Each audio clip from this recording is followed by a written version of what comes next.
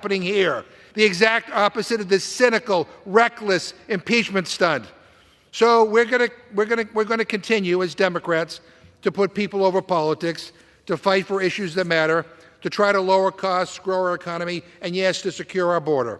And if Republicans decide they want to join us as partners in government to solve these challenges, we welcome that. And if they don't, there's an election coming up in November. But I would say history is going to judge this Republican majority.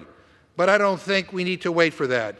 The voters are going to judge us all in November. And I think people are going to look at this fraudulent impeachment, and they're going to look at Republicans' lack of accomplishments, and they are going to vote them out because of their incompetence, their extremism, and their refusal to work with Democrats to address the challenges our country faces, including the border. And as I said before, this entire impeachment stunt is an absurd, cynical exercise in extremism. I strongly, strongly urge a no vote on this rule and a no vote on the underlying resolution. And with that, Mr. Speaker, I yield back. Gentleman from Massachusetts yields back. Gentleman from Texas is recognized. Thank you, Mr. Speaker. May I inquire as to how much time I have remaining? The gentleman from Texas has 8 minutes remaining. Thank you, Mr. Speaker. I'll yield myself the balance of our time. The gentleman's recognized. Well, I think we've just seen one of the worst cases of Trump derangement syndrome ever recorded. And, Mr. Speaker, I would just remind people that I am not running for re-election, so I am not beholden to anyone. As I told the gentleman last week, I'm bulletproof. I'm only beholden to the constituents that I represent. And the constituents I represent do not understand why Texas has had to endure basically an invasion during the tenure of this Secretary of Homeland Security. Why has he not enforced the laws that he swore an oath to uphold and enforce? And he won't do it. So what are we left to do when we have someone who is charged with protecting our country, charged with enforcing our laws, and he says, it's too much trouble, I can't do it? Look, we know it's possible because I was on a codel with Speaker Johnson down to the border, down to Eagle Pass, but a couple of weeks ago. The week before, you'd seen on Bill Malugic's report on Fox News, thousands of people on the riverbanks on the United States side who were there awaiting processing to be released into our country to parts unknown, for lengths of time unknown. But the Speaker of the House goes down there, and there's not a soul on that riverbank. This problem can be stopped literally overnight if the Secretary and the President would make it a priority and would do it, but they won't. So what are we left to do?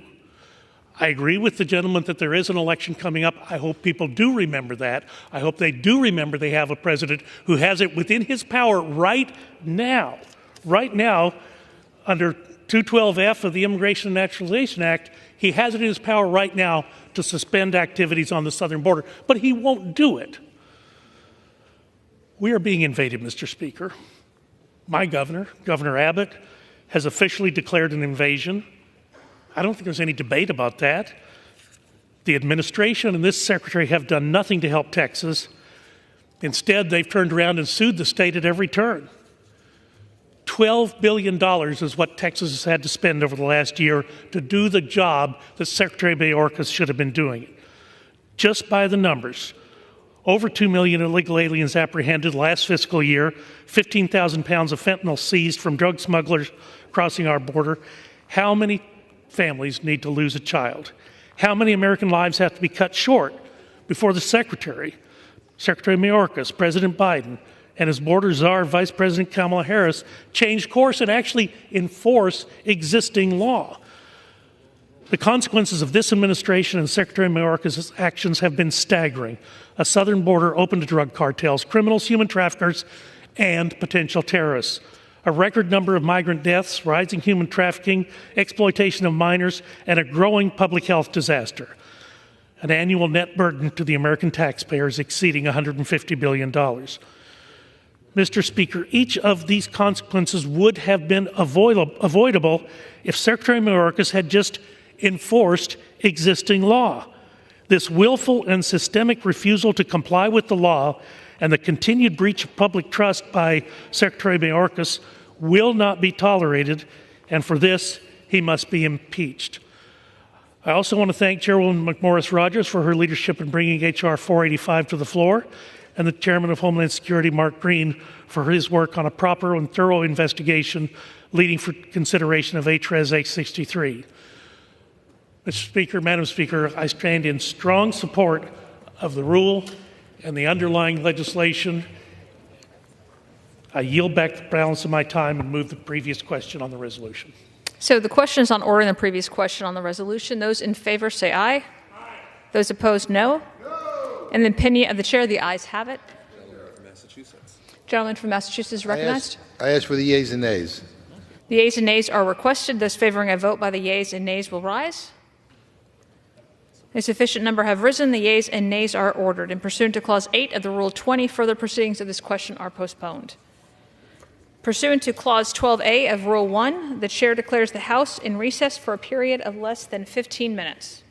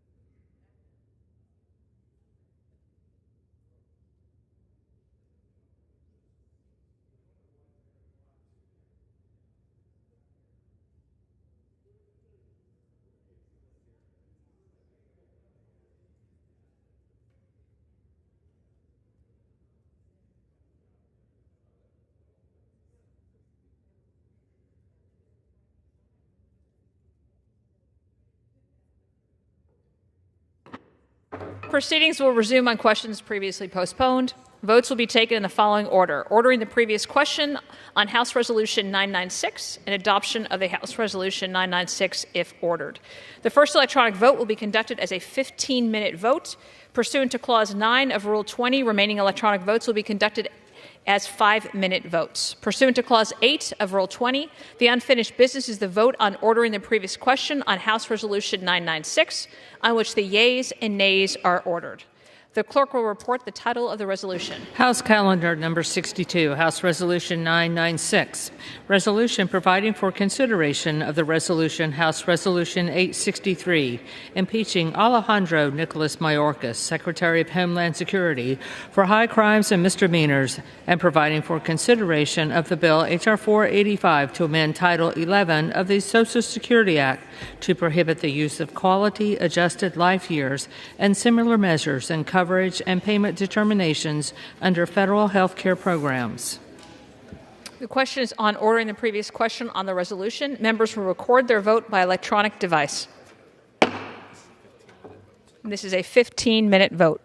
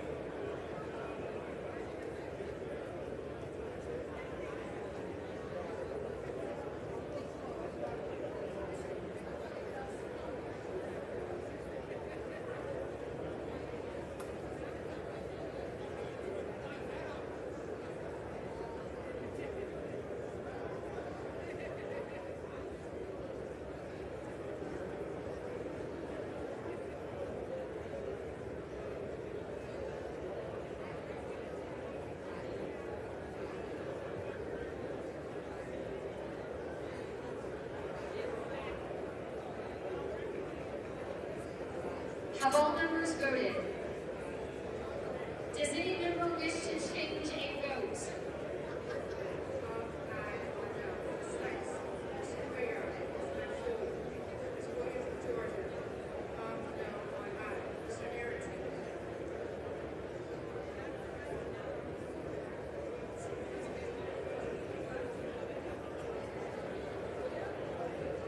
On this vote, the yeas are 215, the nays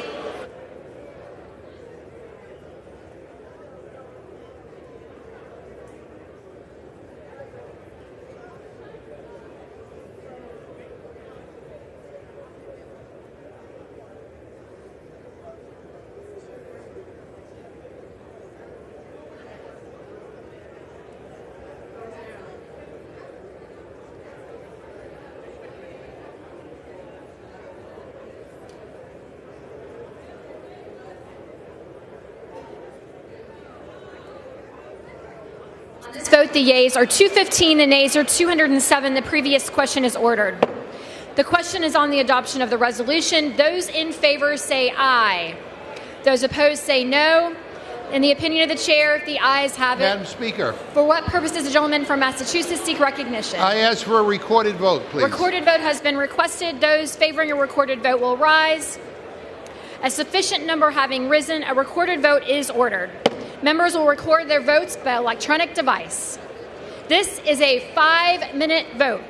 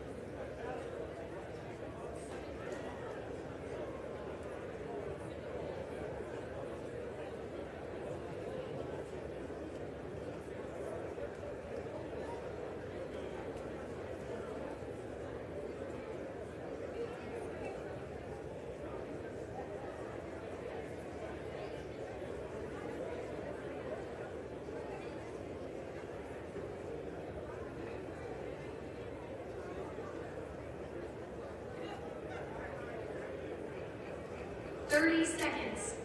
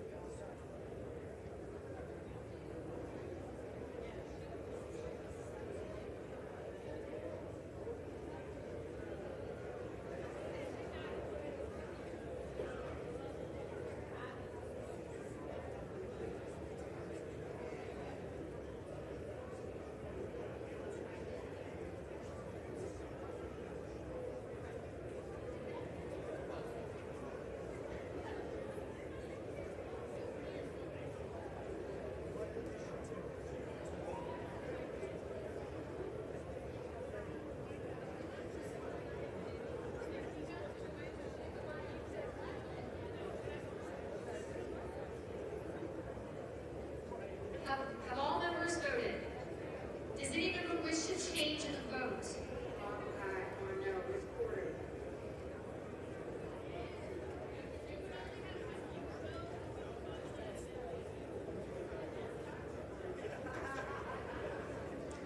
On this vote, the yeas are 216, the nays are 209.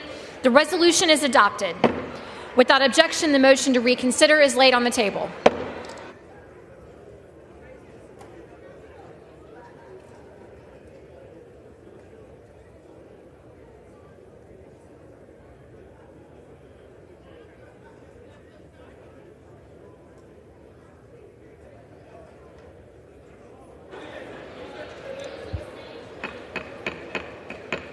The House will be in order.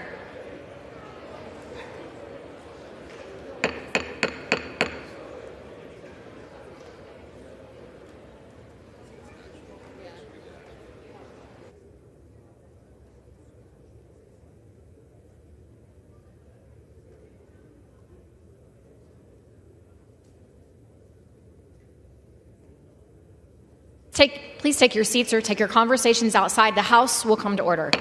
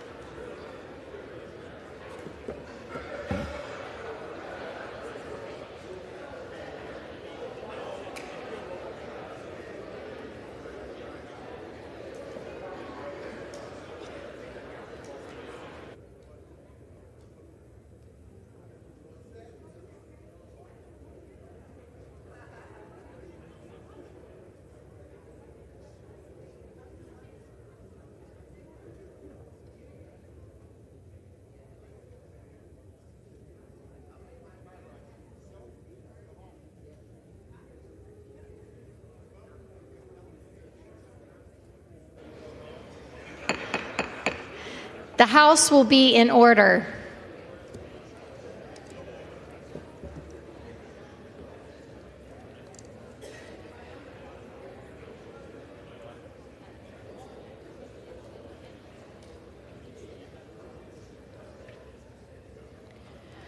For what purpose does the gentleman from Tennessee seek recognition? Madam Speaker, pursuant to House Resolution 996, I call up House Res 863 and ask for the immediate consideration in the House. The House will be in order. Please take your seats or take your conversations outside. The clerk will report the resolution. House Calendar Number 60, House Resolution 863. Resolved that Alejandro Nicholas Mayorkas, Secretary of Homeland Security of the United States of America, is impeached for high crimes and misdemeanors, and that the following articles of impeachment be exhibited to the United States Senate. Articles of impeachment exhibited by the House of Representatives of the United States of America in the name of itself and of the people of the United States of America against Alejandro N. Mayorkas, Secretary of Homeland Security of the United States of America, and maintenance and support of its impeachment against him for high crimes and misdemeanors. Article 1, willful and systemic refusal to comply with the law. The Constitution provides that the House of Representatives shall have the sole power of impeachment, and that the civil officers of the United States, including the Secretary of Homeland Security, shall be removed from office on impeachment for and conviction of treason, bribery, or other high crimes and misdemeanors. In his conduct while Secretary of Homeland Security, Alejandro N. Mayorkas, in violation of his oath to support and defend the Constitution of the United States against all enemies, foreign and domestic, to bear true faith and allegiance to the same, and to well and faithfully discharge the duties of his office, has willfully and systemically refused to comply with federal immigration laws, and that throughout his tenure as Secretary of Homeland Security, Alejandro N. Mayorkas has repeatedly violated laws enacted by Congress regarding immigration and border security. In large part because of his unlawful conduct, millions of aliens have illegally entered the United States on an annual basis, with many unlawfully remaining in the United States. His refusal to obey the law is not only an offense against the separation of powers in the Constitution of the United States, it also threatens our national security and has had a dire impact on communities across the country. Despite clear evidence that his willful and systemic refusal to comply with the law has significantly contributed to unprecedented levels of illegal entrance, the increased control of the southwest border by drug cartels, and the imposition of enormous costs on states and localities affected by the influx of aliens, Alejandro N. Mayorkas has continued in his refusal to comply with the law, and thereby acted to the grave detriment of the interests of the United States. Alejandro N. Mayorkas engaged in this scheme or course of conduct through the following means. 1. Alejandro N. Mayorkas willfully refused to comply with the detention mandate set forth in Section 235B2A of the Immigration and Nationality Act, requiring that all applicants for admission who are not clearly and beyond a doubt entitled to be admitted shall be detained for a removal proceeding. Instead of complying with his requirement, Alejandro N. Mayorkas implemented a catch-and-release scheme whereby such aliens are unlawfully released, even without effective mechanisms to ensure appearances before the immigration courts for removal proceedings or to ensure removal in the case of alien ordered removed. 2. Alejandro N. Mayorkas willfully refused to comply with the detention mandate set forth in Section 235B1B II of such act, requiring that an alien who is placed into expedited removal proceedings and determined to have a credible fear of prosecution shall be detained for further consideration of the application for asylum. Instead of complying with this requirement, Alejandro N. Mayorkas implemented a catch-and-release scheme whereby such aliens are unlawfully released, even without effective mechanisms to ensure appearances before the immigration courts for removal proceedings or to ensure removal in the case of aliens ordered removed. 3. Alejandro N. Mayorkas willfully refused to comply with the detention set forth in Section 235B1B III-4 of such act, requiring that an alien who is placed into expedited removal proceedings and determined not to have a credible fear of persecution shall be detained until removed. Instead of complying with this requirement, Alejandro N. Mayorkas has implemented a catch-and-release scheme whereby such aliens are unlawfully released, even without effective mechanisms to ensure appearances before the immigration courts for removal proceedings or to ensure removed in the case of aliens ordered removed. 4. Alejandro N. Mayorkas willfully refused to comply with the detention mandate set forth in Section 236C of such act, requiring that a criminal alien who is inadmissible or deportable on certain criminal and terrorism-related grounds shall be taken into custody when the alien is released from law enforcement custody. Instead of complying with this requirement, Alejandro N. Mayorkas issued guidelines for the enforcement of civil immigration laws, which instructs Department of Homeland Security, here and thereafter referred to as DHS, officials that the fact an individual is a removable non-citizen shall not alone be the basis of an enforcement action against them, and that DHS personnel should not rely on the fact of conviction alone, even with respect to aliens subject to mandatory arrest and detention pursuant to Section 236C of such act, to take them into custody. In Texas versus United States, 40 F. 4th 205, 2022, the United States Court of Appeals for the Fifth Circuit concluded that these guidelines had every indication of being a general policy that is so extreme as to amount to an abdication of statutory responsibilities, and that its replacement of Congress's statutory mandates with concerns of equity and race is extralegal and plainly outside the bounds of the power conferred by the INA. 5. Alejandro N. Mayorkas willfully refused to comply with the detention mandate set forth in Section 241A2 of such act, requiring that an alien ordered removed shall be detained during the removal period.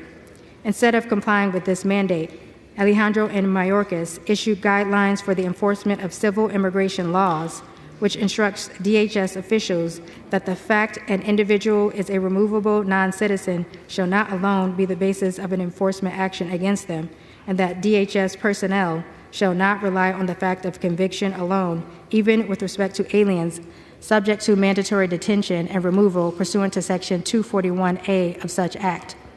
6. Alejandro N. Mayorkas willfully exceeded his parole authority set forth in Section 212D5A of such act that permits parole to be granted only on a case-by-case basis, temporarily and for urgent humanitarian reasons or significant public benefit, in that A. Alejandro N. Mayorkas paroled aliens en masse in order to release them from mandatory detention, despite the fact that, as the United States Court of Appeals for the Fifth Circuit concluded in Texas versus Biden, 20 F. 4th 928, 2021, paroling every alien, DHS, cannot detain in the opposite of the case-by-case basis determines required by law, and DHS's pretended power to parole aliens while ignoring the limitations Congress imposed on the parole power is not non-enforcement. It's misenforcement, suspension of the INA, or both. B. Alejandro N. Mayorkas created, reopened, or expanded a series of categorical parole programs never authorized by Congress for foreign nationals outside of the United States, including for certain Central American minors, Ukrainians, Venezuelans, Cubans, Haitians, Nicaraguans, Colombians, Salvadorians, Guatemalans, Hondurans, which enabled hundreds of thousands of inadmissible aliens to enter the United States in violation of the laws enacted by Congress. 7. Alejandro N. Mayorkas willfully exceeded his release authority set forth in Section 236A of such act that permits, in certain circumstances, the release of aliens arrested on an administrative warrant, and that Alejandro N. Mayorkas released aliens arrested without a warrant, despite their being subject to a separate applicable mandatory detention requirement set forth in Section 235B2 of such act. Alejandro N. Mayorkas released such aliens by retroactively issuing administrative warrants in an attempt to circumvent Section 235B2 of such act. In Florida versus United States, number 3:21 CV 1066 TKWZCB, ND, Florida, March 8, 2023, the United States District Court of the Northern District of Florida noted that this sleight of hand using an arrest warrant as a de facto release warrant is administrative sophistry at its worst.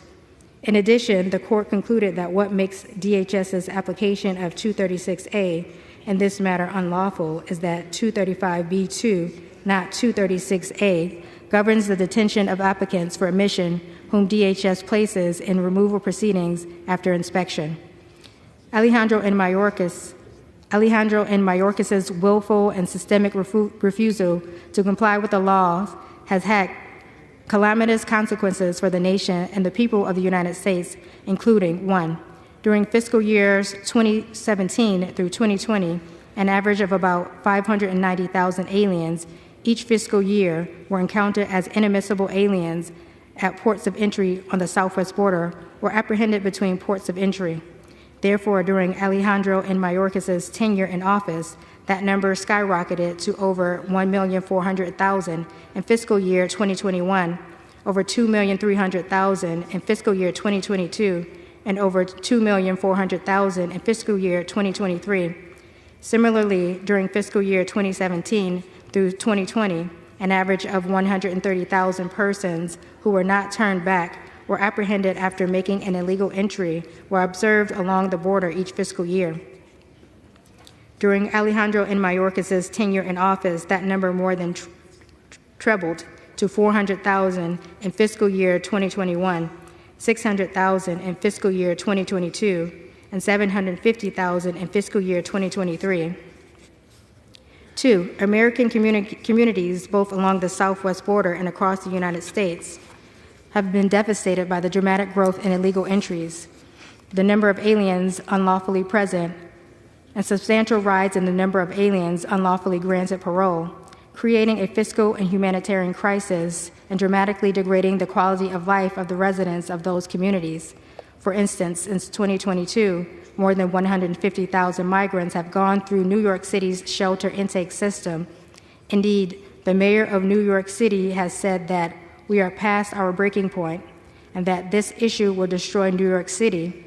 In fiscal year 2023, New York City spent $1.45 billion addressing Alejandro and Mayorkas's migrant crisis, and city officials fear it will spend another $12 billion over the following 3 fiscal years, causing painful budget cuts in important city services.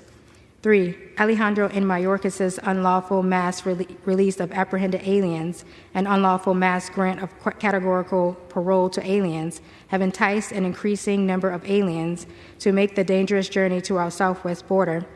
Consequently, according to the United Nations International Organization for Migration, the number of migrants intending to illegally cross our border who have perished along the way, either en route to the United States or at the border, almost doubled during the tenure of Alejandro and Mayorkas as Secretary of Homeland Security, from an average of about 700 a year during the fiscal years 2017 through 2020 to an average of about 1,300 a year during fiscal years 2021 through 2023.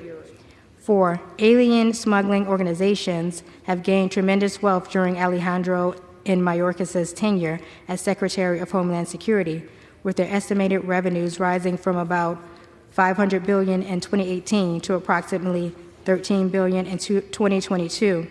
5.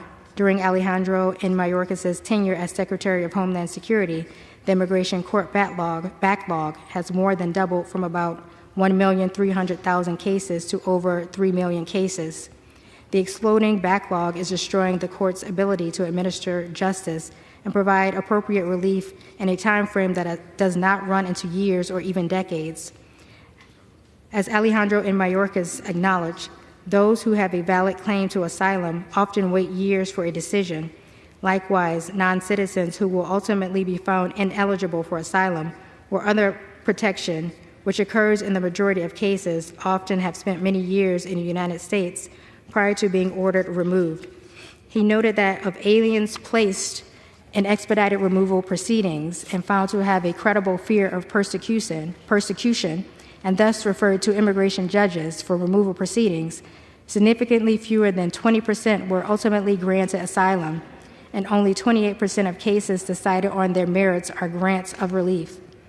Alejandro and Mayorkas also admitted that the fact that migrants can wait in the United States for years before being issued a final order denying relief and that many such individuals are never actually removed, likely incentivizes migrants to make the journey north.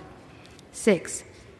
During Alejandro N. Mayorkas' tenure as Secretary of Homeland Security, approximately 450,000 unaccompanied alien children have been encountered at the southwest border, and the vast majority have been released into the United States. As a result, there has been a dramatic upsurge in migrant children being employed in dangerous and exploitive jobs in the United States.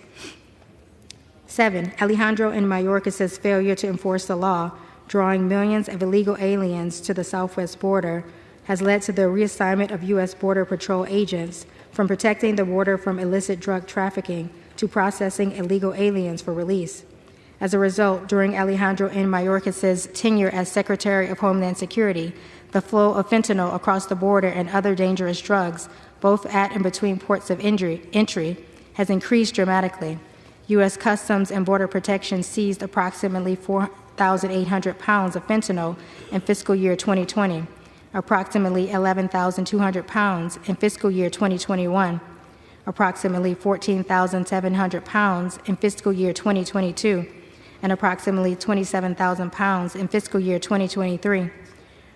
Over 70,000 Americans died from fentanyl poisoning in 2022, and fentanyl is now the #1 killer of Americans between the ages of 18 and 45. 8. Alejandro N. Mayorkas has degraded public safety by leaving wide swaths of the border effectively unpatrolled as U.S. Border Patrol agents are diverted from guarding the border to processing unlawful release, the heightening waves of apprehended aliens, many who now seek out agents for the purpose of surrendering with the now reasonable expectation of being released and granted work authorization. And federal air marshals are diverted from protecting the flying public to assist in such processing. 9. During Alejandro N. Mayorkas' tenure as Secretary of Homeland Security, the U.S. Border Patrol has encountered an increasing number of aliens on the terrorist watch list. In fiscal year 2017 through 2020 combined, 11 non-citizens on the terrorist watch list were caught attempting to cross the southwest border between ports of entry. That number increased to 15 in fiscal year 2021, 98 in fiscal year 2022, 169 in fiscal year 2023, and 49 so far in fiscal year 2024. Additionally, in United States versus Texas 599 U.S. 670, 2023, the United States Supreme Court heard a case involving Alejandro N. Mayorkas' refusal to comply with certain federal immigration laws that are at issue in this impeachment. The Supreme Court held that states have no standing to seek judicial relief to compel Alejandro N. Mayorkas to comply with certain legal requirements contained in the Immigration and Nationality Act. However, the Supreme Court held that even though the federal courts lack Article III jurisdiction over this suit, other forums remain open for examining the executive branch's enforcement policies. For example, Congress possesses an array of tools to analyze and influence those policies, and those are political checks for the political process. One such critical tool for Congress to influence the executive branch to comply with the immigration laws of the United States is impeachment. The dissenting justice noted, the court holds Texas lacks standing to challenge a federal policy that inflicts substantial harm on the state and its residents by releasing illegal aliens with criminal convictions for serious crimes. In order to reach this conclusion, the court holds that the only limit on the power of a president to disobey a law, like the important provisions at issue, is Congress's power to employ the weapons of interbranch warfare. As the dissenting justice explained, Congress may wield what the Solicitor General described as political tools, which presumably means such things as impeachment and removal. Indeed, during oral argument, the justice who authored the majority opinion stated that the Solicitor General, I think your position is, instead of judicial review, Congress has to resort to shutting down the government or impeachment or dramatic steps. Here, in light of the inability of injured parties to seek judicial relief to remedy the refusal of Alejandro N. Mayorkas to comply with federal immigration laws, impeachment is Congress's only viable option. In all of this, Alejandro N. Mayorkas willfully and systemically refused to comply with the immigration laws, failed to control the border to the detriment of national security, compromised public safety, and violated the rule of law and separation of powers in the Constitution to the manifest injury of the people of the United States. Wherefore, Alejandro N. Mayorkas, by such conduct, has demonstrated that he will remain a threat to the national and border security, the safety of the United States people, and the Constitution if allowed to remain in office, and has acted in a manner grossly incompatible with his duties and the rule of law. Alejandro N. Mayorkas thus warrants impeachment and trial, removal from office, and disqualification to hold and enjoy any office of honor, trust, or profit under the United States. Article 2, breach of public trust.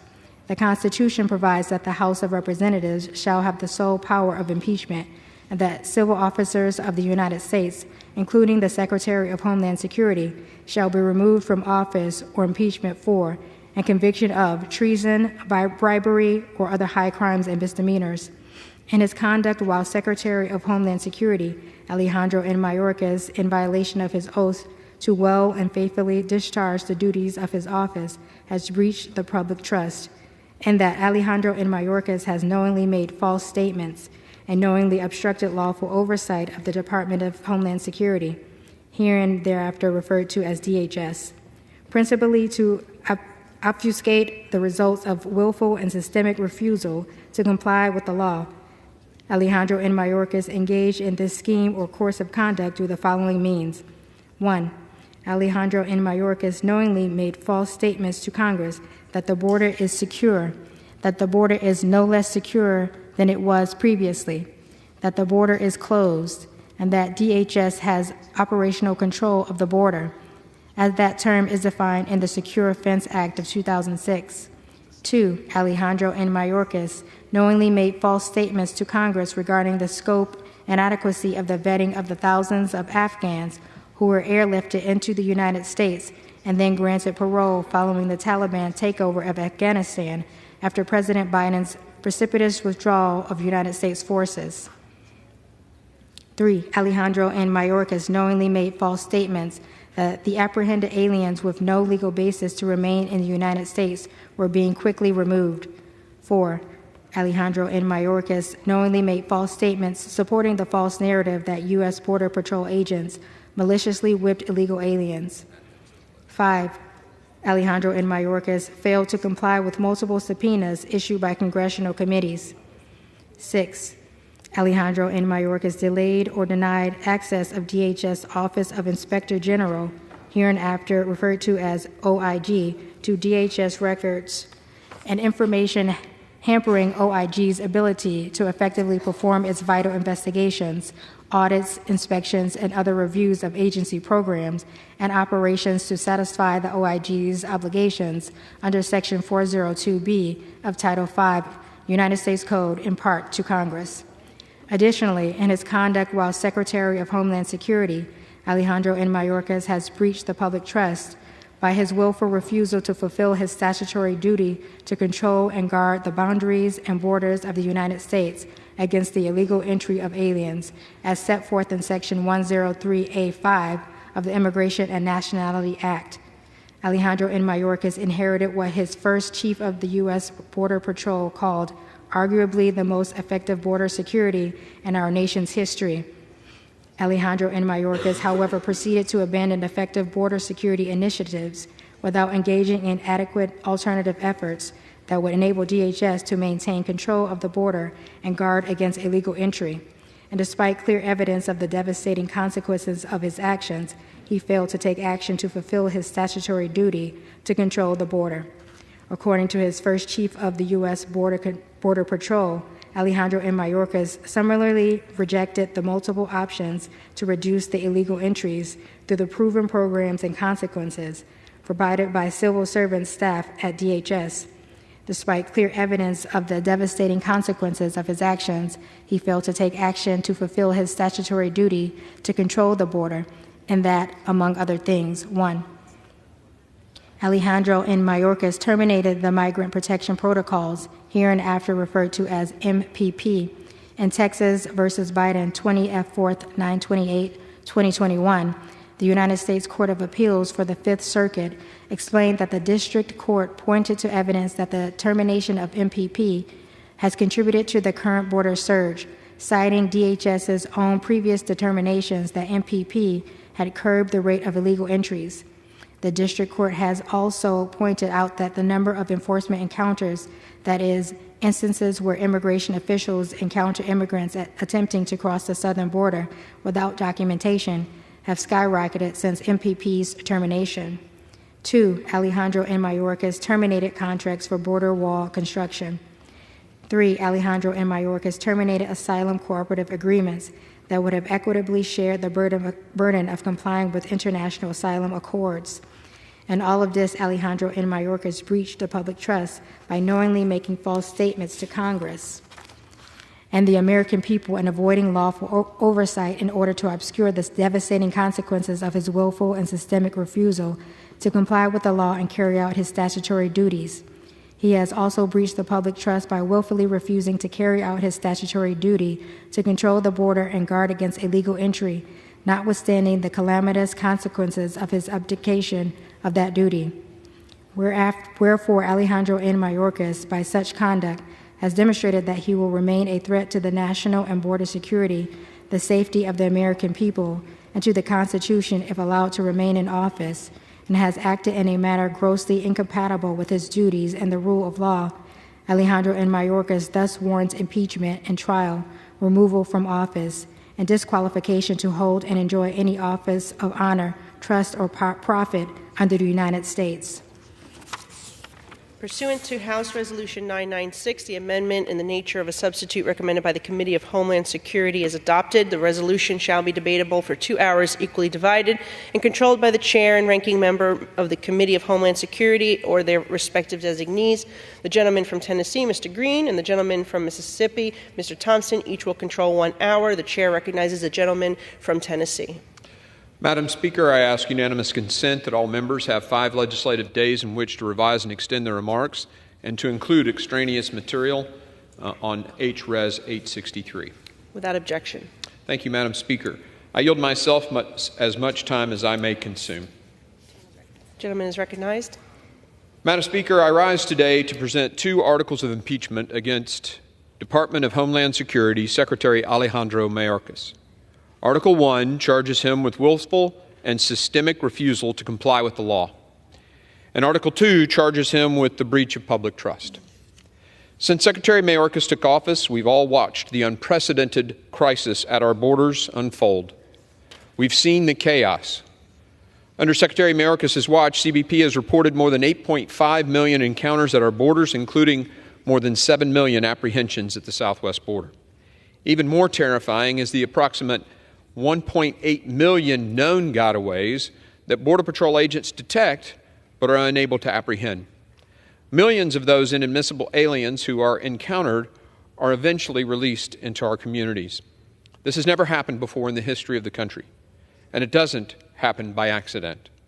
For nearly a year, the House Committee on Homeland Security conducted a thorough, fair, and comprehensive investigation into the causes, costs, and consequences of the border crisis. Our members saw firsthand numerous parts of the southwest border, spent time with law enforcement officers on the front lines, and spoke with real Americans about how the crisis is affecting them. We also conducted a field hearing and roundtable on the border that our Democrat colleagues refused to attend, burying their heads in the sand as if there wasn't a crisis.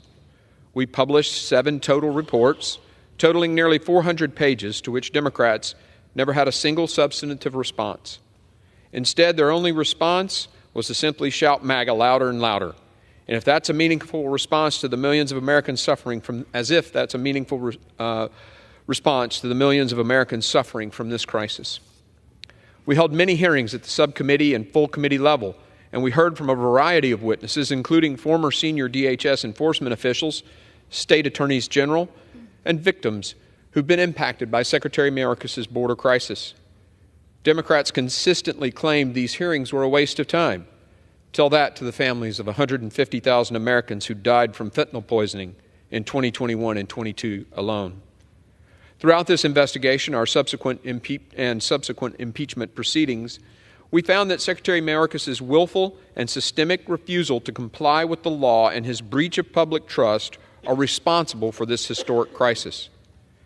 However, for almost a year, Democrats have turned a blind eye to the victims of the border crisis while berating us for spending what they believed was too much time investigating Secretary Mayorkas' lawless handling of our sovereign borders. Keep that in mind when you hear them claim now this impeachment is somehow rushed. The truth is this process has been painstakingly thorough. Unlike House Democrats, we take the use of impeachment extremely seriously. While I do not wish to be standing here presenting these articles today, we have exhausted all other options. Our oath to the Constitution now requires us to exercise this solemn duty. Secretary Mayorkas has explicitly refused to comply with the law. He has refused to obey the law. His refusal to obey the law has led to the death of our fellow citizens, and he no longer deserves to keep his job. What's unique here in the history of impeachments is that the Supreme Court just this summer denied the effective state's judicial review on many of these issues, but with the understanding that the result of doing so could mean the impeachment of a secretary. In oral argument, Justice Kavanaugh explained how he understood the position of the Biden administration if judicial review was denied, saying, and I quote, "I think your position is instead of judicial review, Congress has to resort to shutting down the government or impeachment or dramatic steps if some administration comes in and says we're not going to enforce laws, or at least not going to enforce the laws to the degree that Congress, by law, has said the laws should be enforced," end quote. In response, the Biden administration's Solicitor General agreed, saying, quote, "Well, I think that if those dramatic steps would be warranted, it would be in the face of a dramatic abdication of statutory responsibility by the executive," end quote. Today's articles of impeachment outline exactly that, a dramatic abdication of statutory responsibility by Secretary Mayorkas has occurred. Of the articles' 20 pages, 6 are solely dedicated to the laws Secretary Mayorkas has violated, while 4 more document his lies to Congress and the American people, and the violation of his statutory duty to control and guard our borders. We identify numerous unambiguous provisions of the Immigration and Nationality Act he has refused to enforce, laws requiring him to detain inadmissible aliens and limit his ability to grant people parole. We also highlight how programs he has created, such as various mass parole programs, are void of congressional authority. Secretary Mayorkas is the very type of public official the framers feared, someone who would cast aside the laws passed by a co-equal branch of government and replace those with his own preferences, hurting his fellow Americans in the process. He has directed the release of millions of inadmissible aliens into the country in violation of the INA, which requires them to be detained. He has abused the statute limiting parole to be issued only on a case-by-case and temporary basis for very specific limited reasons, instead overseeing more than 1.5 million paroles. He has created new categorical parole programs in defiance of the statute to further his mass release agenda. And he has directed Immigration and Customs Enforcement personnel not to detain all manner of illegal aliens, including criminal aliens. In his September 2021 enforcement guidance, the Secretary even directed that unlawful presence in the country was no longer sufficient grounds for removal, and that criminal convictions alone were not enough to warrant ICE attention. This is not about policy differences. We certainly object to Secretary Mayorkas' policies, but this goes far deeper. According to the Democrat-led committees that investigated Iran-Contra, quote, "Government officials must observe the law, even when they disagree with it," end quote. Or when they think that, quote, "Congress is to blame for passing laws that run counter to administration policy," end quote. Again, we're here because our oath and our duty compel us to be here. The actions and decisions of Secretary Mayorkas have left us with no other option than to proceed with articles of impeachment. That is why we must remove him from office. The time for accountability is now. Thank you, and I reserve the balance of my time. The gentleman from Tennessee reserves. The gentleman from Mississippi is recognized. Thank you, Madam Speaker. I yield myself such time as I may consume. The gentleman is recognized. Madam Speaker, I rise in strong opposition to House Resolution 863 and the Republican sham impeachment of Secretary Alejandro Mayorkas. Madam Speaker, what is happening here today is a travesty. It's an affront to the United States Constitution. It will do nothing to solve challenges at our border, and it's a baseless attack on a dedicated public servant. Republican members of Congress sworn to support and defend the Constitution are rejecting the framers' intent and over 2 centuries of precedent in favor of a politically motivated sham impeachment. Republicans have failed to make a constitutional viable case against impeachment. Neither of the impeachment charges in H.Res. 863 are a high crime and misdemeanor under Article 2 of the Constitution.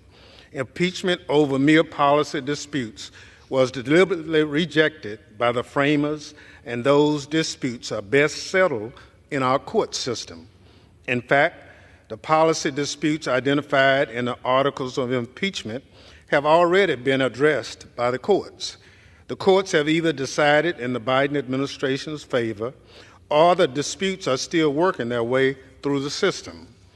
Republicans are trying to relitigate court decisions through a sham impeachment, but the Constitution doesn't allow that. Constitutional experts testified before the Committee on Homeland Security that for a breach of public trust to rise to a high crime and misdemeanor, it would require conduct intended to serve an official's own benefit or the benefit of a foreign power. Secretary Mayorkas has done nothing of the sort. Republicans have misrepresented the law and Secretary Mayorkas' record to justify this sham impeachment. Secretary Mayorkas has served our country honorably over 30 years as a prosecutor and in leadership roles at the Department of Homeland Security. He's been a tireless advocate for the more than 260,000 DHS employees working to secure the homeland every day. He's leveraged all the authorities at his disposal while using every resource provided by Congress to secure the border. Under Secretary Mayorkas' leadership, DHS removed record levels of migrants from the U.S., detained even more people than Congress had provided funding for, and prevented record levels of fentanyl from entering our communities. If House Republicans were serious about improving conditions along the border, they would provide the department the funding necessary to do so. They have not. At every opportunity, Republicans have refused to provide resources to the Department of Homeland Security. If House Republicans were serious about improving conditions at the border, they would support the bipartisan Senate border bill. They have not. Republicans take their orders from Donald Trump, and he told them to reject the Senate bill. Republicans have been trying to kill the bill before they even knew what was in it. The Republican majority is running a do-nothing Congress. This sham impeachment effort isn't really about border security. It will do nothing to solve the border challenges we face. The truth is, the extreme mega Republicans running the House of Representatives don't want solutions. They want a political issue. House Republicans want to distort the Constitution and the Secretary's record to cover up their inability and unwillingness to work with Democrats to strengthen border security. It's about Republican politics and subversion of the Constitution. Bipartisan constitutional law and impeachment experts agree the Secretary has not committed an impeachable offense. Former Secretary of Homeland Security Michael Chertoff agrees, and even some of my Republican colleagues here in the House agree. The gentleman from California, Mr. McClintock, said in a memorandum to House Republican colleagues, and I quote, "Problem is that the impeachment articles fail to identify an impeachable crime," unquote. The gentleman from California is right. I suspect some of his Republican colleagues agree, even if they won't admit it. Secretary Mayorkas has faithfully implemented the administration's border policies consistent with the funding Congress has provided, just like every other Secretary of Homeland Security before him, Democrat or Republican. During consideration in the Homeland Security Committee last week, Republicans improperly shut down the markup and blocked Democrats from offering amendments to the resolution. Republicans couldn't bear to consider amendments to their poorly drafted articles of impeachment. They silenced Democrats who attempted to inject a dose of reality into the chaotic proceedings. Yesterday, before the Rules Committee, Republicans again failed to make their case, relying on partisan rhetoric and obvious misinformation before neither the law nor the facts are on their side. The truth is, Republicans' actions show they don't have faith in their own case against the Secretary. That's why they lack the courage of their convictions to see their markup to an end. This nonsense has to stop, and it should stop here. Republicans need to start doing their work Americans sent them here to do. Madam Speaker, I urge my colleagues to honor their oath to the Constitution, listen to the constitutional experts, listen to your own Republican colleagues who know H.Res. 863 is baseless. Drop this sham impeachment. I reserve the balance of my time. Gentleman reserves. The gentleman from Tennessee is recognized. Madam Speaker, I yield 3 minutes to the gentlelady from Georgia, Mrs. Green. Gentlewoman is recognized for 3 minutes. I thank the chairman. Madam Speaker, I rise in strong support of H.Res. 863, impeaching Secretary Alejandro Mayorkas. Alejandro Mayorkas is guilty of aiding and abetting the complete invasion of our country by criminals, gang members, terrorists, murderers, rapists, and over 10 million people from over 160 countries into American communities all across the United States. His willful refusal to secure the border has bankrupted communities, closed down U.S. schools that our children attend, drowned hospitals, and incapacitated law enforcement while empowering criminal cartels and illegal aliens. My Democrat colleagues argue that one cannot be impeached over policy differences. Well, I argue that breaking our laws is more than just policy differences. 300 dead Americans every day from fentanyl poisoning is more than just a policy difference, it's murder. Today in my own office, narcotics law enforcement officers from Georgia told me that 7 out of 10 Oxycontins or Percocets sold on the street are laced with fentanyl, and that comes directly across the border from Mexico.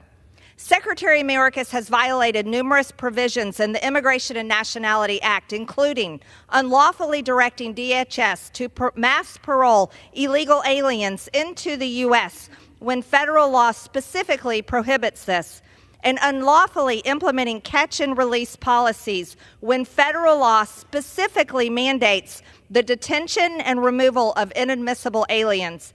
In fact, detention facilities under Mayorkas have been mostly vacant because of such unlawful policies.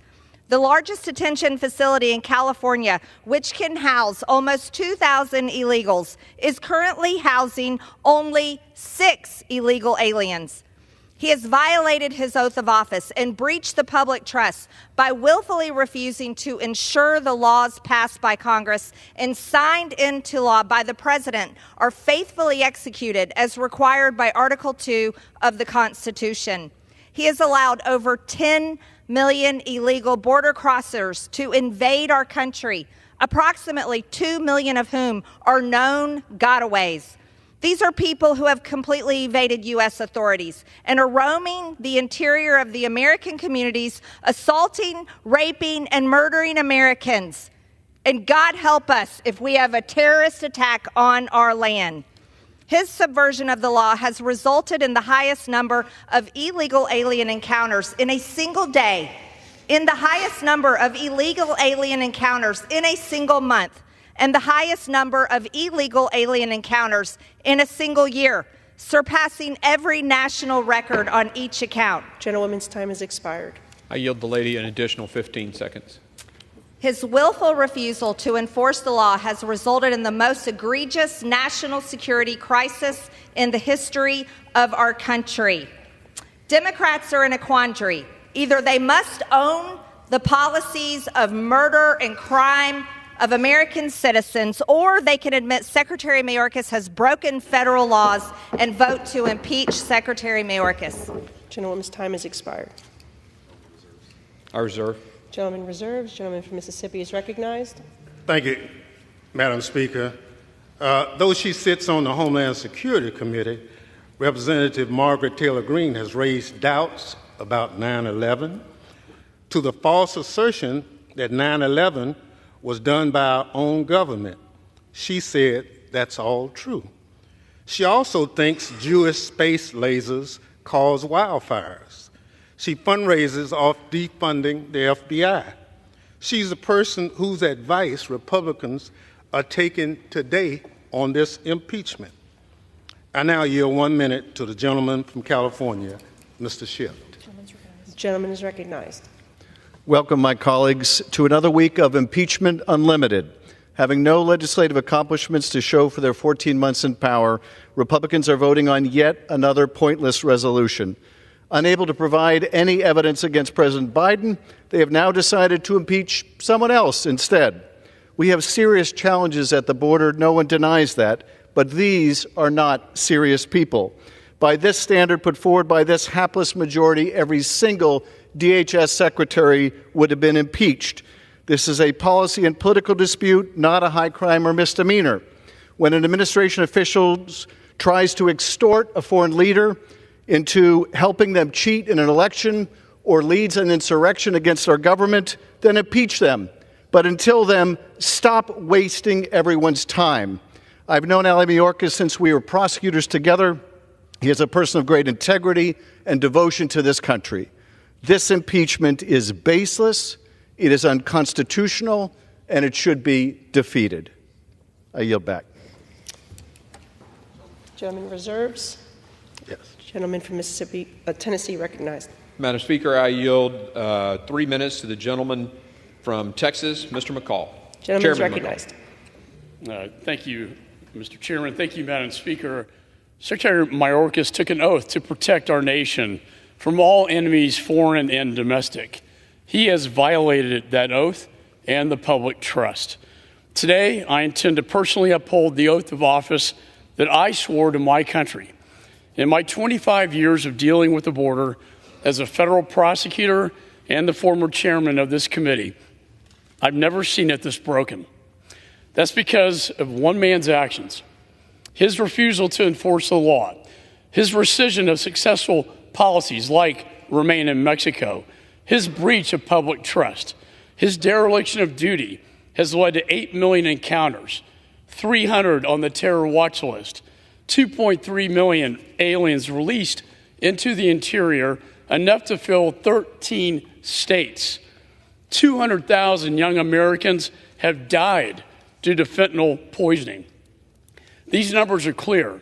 Secretary Mayorkas is the architect of destruction, and the legal justification for his impeachment is strong.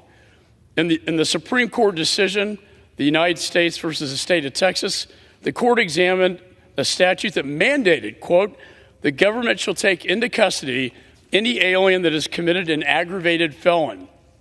It's not discretionary, it's mandatory. By failing to uphold this law, he has released dangerous and violent criminals into our communities and has put every American life at risk. Supreme Court Justice Story in 1833 said, quote, where a Lord Admiral has neglected to safeguard the seas, that shall be deemed an impeachable offense. That's exactly the case we have here. Secretary Mayorkas, charged with defense of air, land, and sea, has failed to defend our borders. The founders clearly believed impeachable offenses included neglect of duty, violation of public trust, injury to society. When asked before the Supreme Court if impeachment is a proper remedy, President Biden's own Solicitor General said, quote, "In the face of a dramatic abdication of statutory responsibility by the executive branch, such steps would be warranted," end of quote. Secretary Mayorkas is guilty of those impeachable offenses. He is destroying the fabric of this nation, and Americans agree. So today I will proudly stand up for our nation by voting to remove him from office, and I yield back. Reserve. The gentleman reserves. The gentleman from Mississippi is recognized. Madam Speaker, Secretary Mayorkas has invested significantly in stopping dangerous drugs like fentanyl entering the country and launched several efforts targeting smugglers, gangs, and cartels. Under Secretary Mayorkas' leadership, we have more personnel, technology, infrastructure, and resources on our borders than ever. I now yield 1 minute to the gentlelady from Nevada, Ms. Titus. The gentlewoman is recognized. Thank you very much. You know, considering this impeachment resolution is the fastest I've seen the House GOP move all session. That's because there's been no collection of evidence, only the manipulation of it. There's been no meaningful bipartisan engagement, only partisan political stunts. And there's been no due process. Instead, it's a deliberate disregard for the basis of our legal system. It has no constitutional precedent or basis, no real backing by Senate GOP counterparts who are going to hold the trial, no meaningful engagement with policy, and no support from respected legal scholars, political pundits, nor former DHS directors. History will remember this for what it is, an appeasement of the most extreme members of the MAGA base, and put very simply, the brown-nosing of a man with 91 indictments, several convictions, and 2 impeachments. And I yield back. Reserves. The gentleman from Tennessee is recognized. Madam Speaker, I yield 2 minutes to the gentleman from Oklahoma, Mr. Burkeen. Gentleman is recognized for 2 minutes. Thank you, Madam Speaker. I rise in support of this impeachment resolution. As Chairman Green of the Homeland Security Committee has reminded our committee often in recent weeks, James Madison, the father of our Constitution, once said, "If an unworthy man be continued in office by an unworthy president, the House of Representatives can at any time impeach him, and the Senate can remove him whether the president chooses or not." End of quote. This impeachment is not about policy difference, though we have them.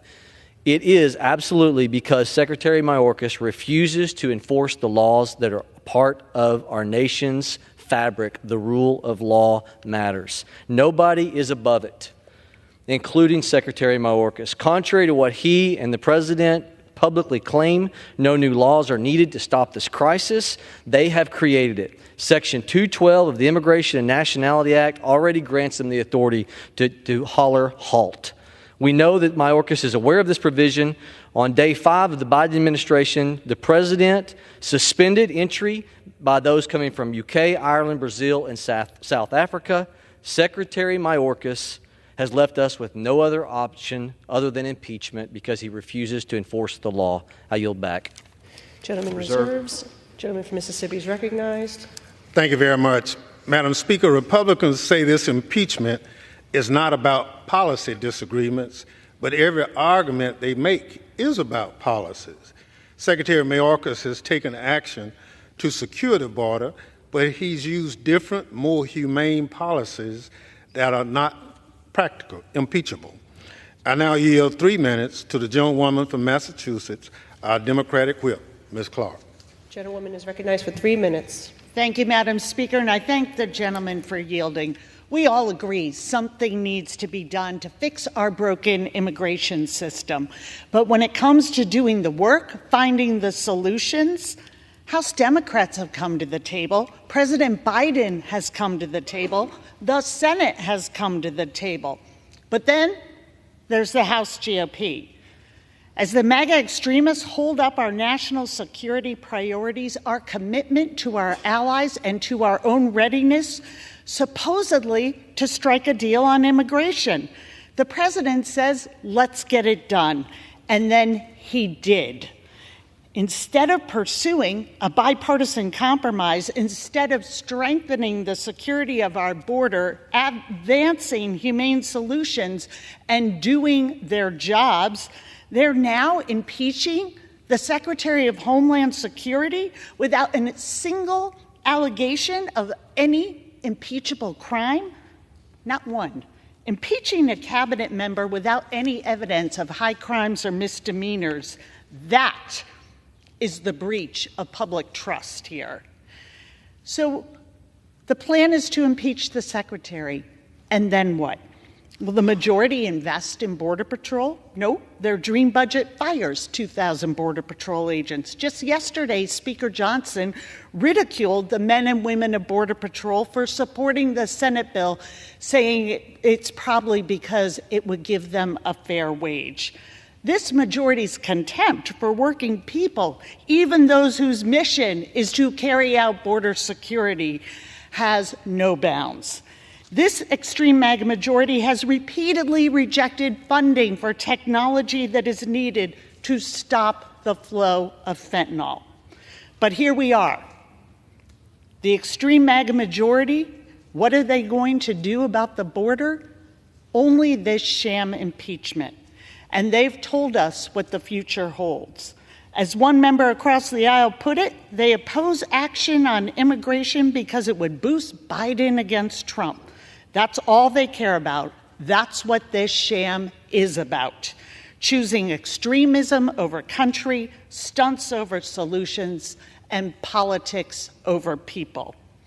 That is a breach of trust we all must reject. I yield back. Gentleman reserves. The gentleman from Tennessee is recognized. Madam Speaker, I yield 2 minutes to the gentlelady from Florida, Ms. Lee. Madam Speaker, I rise today in support of the resolution to impeach Secretary Alejandro Mayorkas. We are here today to address one of the most serious responsibilities that we can undertake as Congress, the impeachment of Secretary Alejandro Mayorkas. The Committee on Homeland Security has worked diligently to investigate and to consider the causes and the consequences of the catastrophe at our southern border. And it has concluded that it is necessary and appropriate to pursue this impeachment. Since President Biden and Secretary Mayorkas took office, there have been over 8.3 illegal crossings nationwide. We have seen the devastating effects of human trafficking, of fentanyl trafficking, and what happens when we cede operational control of our southern border to the Mexican drug cartel. Secretary Mayorkas has refused to enforce the duly enacted laws passed by this Congress. By doing so, he has endangered our homeland, a direct violation of his oath of office. Even in the face of irrefutable evidence to the contrary, he has given false testimony to Congress, claiming that the border is secure. And he has defied court orders ordering the Secretary to abandon the illegal programs and policies that it has implemented which incentivize illegal immigration. House Republicans know that border security is national security, and the crisis at our border is a critical threat to national security and the safety of the American people. Secretary Mayorkas has willfully and deliberately refused to uphold the laws of the United States. He has violated his oath of office, and he has breached the public trust. Congress has a constitutional duty to secure our border and to ensure our communities are safe. We cannot allow an executive branch agency head to defy the lawful authority of Congress and of the courts in pursuit of policies that are contrary to law and endangering Americans. And that is why Secretary Mayorkas must be impeached. Thank you, and I yield back. Gentleman reserves. The gentleman from Mississippi is recognized.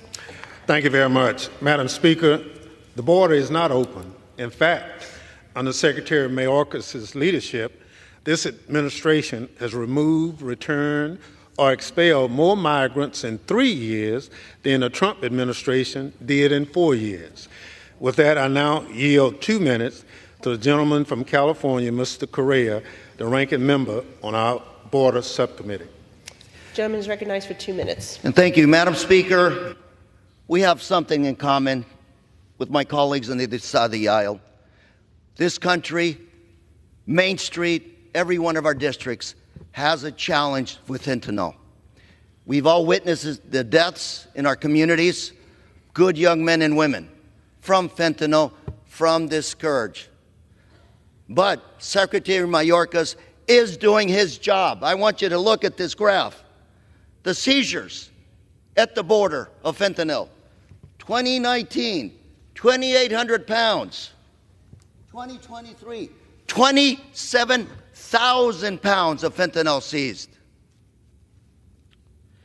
Ladies and gentlemen, I just got back again from visiting the border. I went to San Isidro, and again I asked the men and women in uniform, again I asked them, what do you need from us to double these numbers? Simple answer. We want more resources. We want more personnel, more drug-sniffing dogs. We want more equipment. Some of those agents were struggling. They were working double shifts. Women, moms, men, fathers saying, we don't have time for our families. We're going to have to find another job. And right now, we have a solution. We have legislation that the Senate has worked on with Senate Republicans, Senate Democrats, and the President supporting a solution that will bring resources to the border. And the majority party here refuses to bring that legislation forward for a vote. Who's derelict on their duty?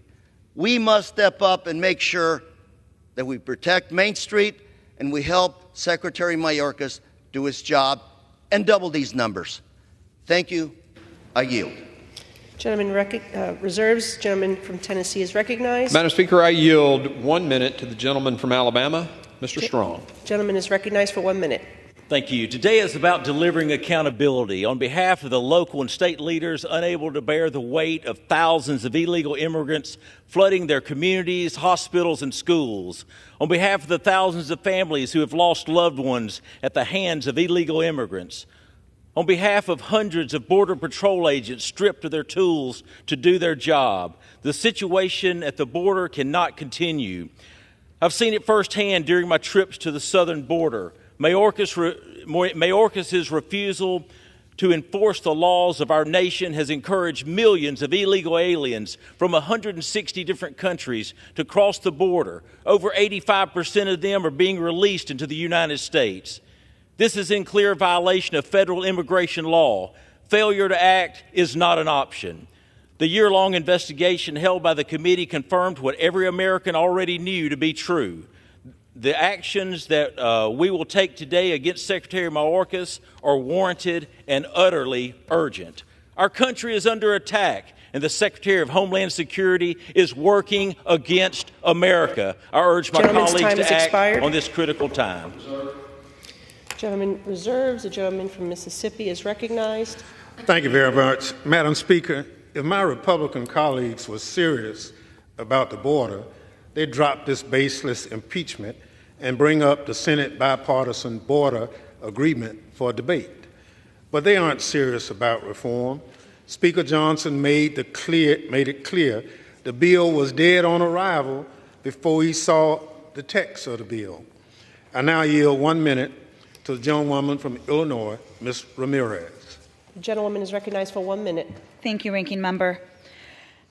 On our first Homeland Security Committee hearing, Professor Bowman, an expert in impeachments, made it clear that policy differences are not a legitimate basis for impeachment.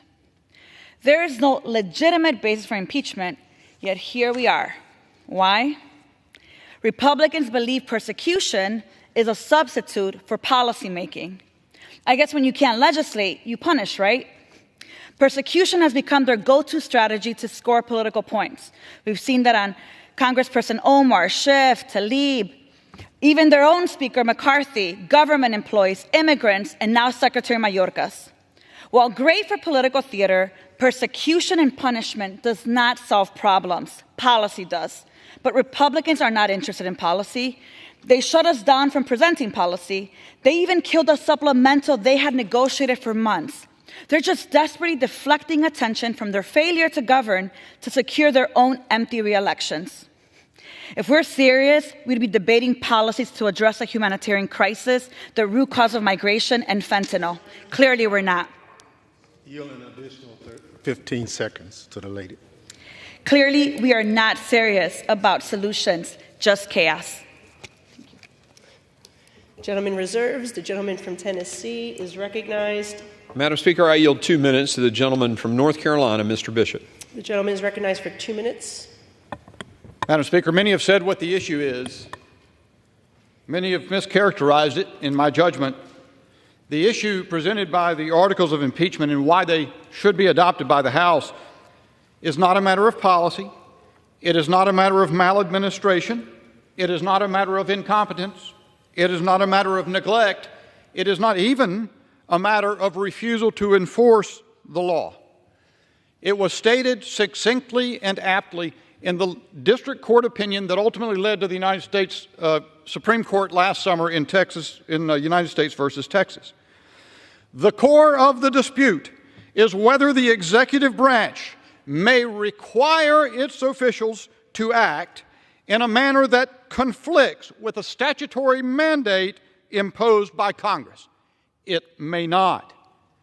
You see, the Secretary of Homeland Security, Alejandro Mayorkas, issued guidelines, administrative law, instructing the Department of Homeland Security not to detain criminal aliens, nor those ordered finally removed. That is what he did, and that was flatly contradictory to statutes passed by the Congress in the mid-1990s. We are a nation of laws. The Supreme Court has said it cannot referee this dispute. It is up to Congress. And the Congress has but one means in this situation to vindicate the law. It cannot help the situation by shutting down the government, by cutting off funding. There is no new cabinet secretary to refuse to confirm in the Senate. There is but one means: the impeachment of the secretary who purported to issue law defying the Congress. That must result in his impeachment. If the law is to have any force, if the Congress is to remain of any significance in the jurisprudence, in the law of the United States. 15 more seconds. Reserve. The gentleman reserves. The gentleman from Mississippi is recognized. Thank you very much. Madam Speaker, Republicans highlight the Secretary's enforcement guidelines as an example of breaking the law. They fail to mention that the conservative Sixth Circuit Court of Appeals said, quote, "The guidance does not necessarily violate a single word of the statute." The Sixth Circuit also found that the provisions of immigration law that Republicans frequently cite does not, quote, "create a judicially enforceable mandate that the Department arrest or remove certain non-citizens." I now yield 1 minute to the gentleman from Maryland, Mr. Ivey. The gentleman is recognized for 1 minute. I thank my colleague for yielding. The power to impeach is one of the greatest constitutional powers granted to the House of Representatives. This awesome responsibility should be reserved for high crimes and misdemeanors. But House Republicans have decided to abuse that responsibility for a cheap political stunt. House Republicans have not even alleged an impeachable offense. Policy disagreements are not impeachable. Even if you strongly believe border security should be improved, that does not provide grounds to remove a cabinet official. That is why former Republican Secretary Michael Chertoff said Mayorkas hasn't committed an impeachable offense. Even law professor Jonathan Turley has said Secretary Mayorkas' alleged actions are not impeachable and fail to, quote, amount to high crimes and misdemeanors warranting his impeachment. Republicans offered no constitutional scholars as witnesses during their 2 impeachment hearings, but rather relied on Republican states' attorney general's testimony, one of which didn't even mention the word impeachment in his prepared testimony. I yield the gentleman an additional 30 seconds. I thank my colleague. This unconstitutional impeachment process has been predetermined and unjust since it began. It will lower the constitutional bar for future impeachments, and it will not make our border more secure. Therefore, I urge my colleagues to vote no. Thank you, and I yield back.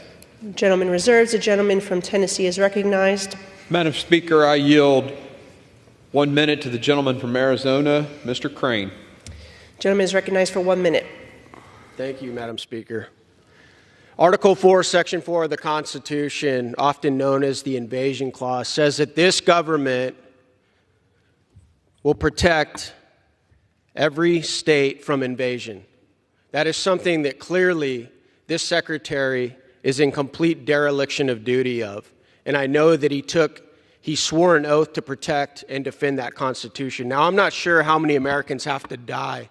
I'm not sure how many Americans have to die of fentanyl, MS-13 gang members, having their kids raped and murdered. We had one in Homeland Security just a couple weeks ago begging us to do something about this absolutely atrocious leadership from the secretary. But it is high time that this individual be held accountable for his complete dereliction of duty at our southern border. I urge my colleagues to support this resolution. And the last thing I want to say is, I think it tells you everything you need to know when my colleagues say it doesn't matter if you impeach Secretary Mayorkas. We're just going to have somebody come in. Gentleman's time is expired. Will you give me another 15 seconds?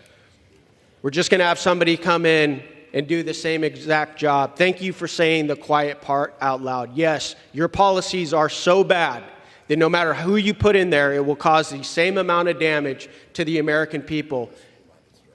The people of this country are watching. Let's get this done. Reserve. Gentleman reserves, and the members are reminded to direct their comments to the chair. And the gentleman from Mississippi is recognized. Thank you very much. Madam Speaker, 90% of fentanyl seized is interdicted at ports of entry, mostly in passenger vehicles driven by U.S. citizens and lawful residents, not migrants. If we invest in our ports of entry instead of pursuing this sham impeachment, we can scan more of these vehicles. I now yield 1 minute to the gentlewoman from Texas, Ms. Jackson Lee. The gentlewoman is recognized for 1 minute. Smoke and mirrors has never been the foundation of the Constitution. And that is all we have today to misrepresent to the American people that we're doing serious work. It comes to mind as to whether or not Secretary Mayorkas is being charged with articles of impeachment because he's a Cuban immigrant who came to the United States with his family as political refugees, that he spent time fleeing the Nazis, and that he came here to do his very best for the American people. And yet, we attempt to charge him with willful violation of the law. Operational control of the border means 0 persons coming across. This has not been the case as relates to any secretary, no matter what administration. And yet we failed in this process of false smoke and mirrors to allow the secretary to be able to articulate, or we articulate, any charge that might constitute high crimes and misdemeanors. We failed to provide evidence to support the charges, such as they are. We failed to name the proper target. Gentleman's time has expired. Gentlelady, an additional 30 seconds. I thank the gentleman. We failed to name the proper target for impeachment in a policy dispute. We failed to process anything against Secretary Mayorkas. And we could not in any way bring to suggest that he violated the law or that he benefited from any aspect of his work. This secretary has been denied due process. This is smoke and mirrors. The Constitution, the foundation of this land, is truth. There has been no high crimes and misdemeanor or bribery. This is an impeachment that should be immediately dismissed. I ask my colleagues to vote no on the articles of impeachment. I yield back. The gentleman reserves, and the gentleman from Tennessee is recognized. I yield 2 minutes to the gentleman from Texas, Mr. Pfluger. The gentleman is recognized for 2 minutes. Thank you, Madam Speaker. This is a sad day. It's a sad day that we have to be here, but the framers of our Constitution forecasted that this could occur. And while we're going to hear that this is a policy difference, that this is maladministration, this is the systemic refusal to follow the law, to enforce the law.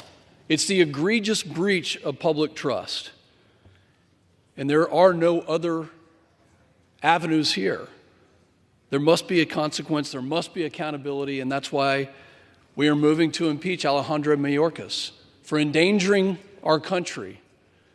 You know, anyone with common sense can see that what is being allowed to happen at our border is not only a catastrophe, but it's a national security crisis. 9 million illegal aliens have entered our country since President Biden has been in office.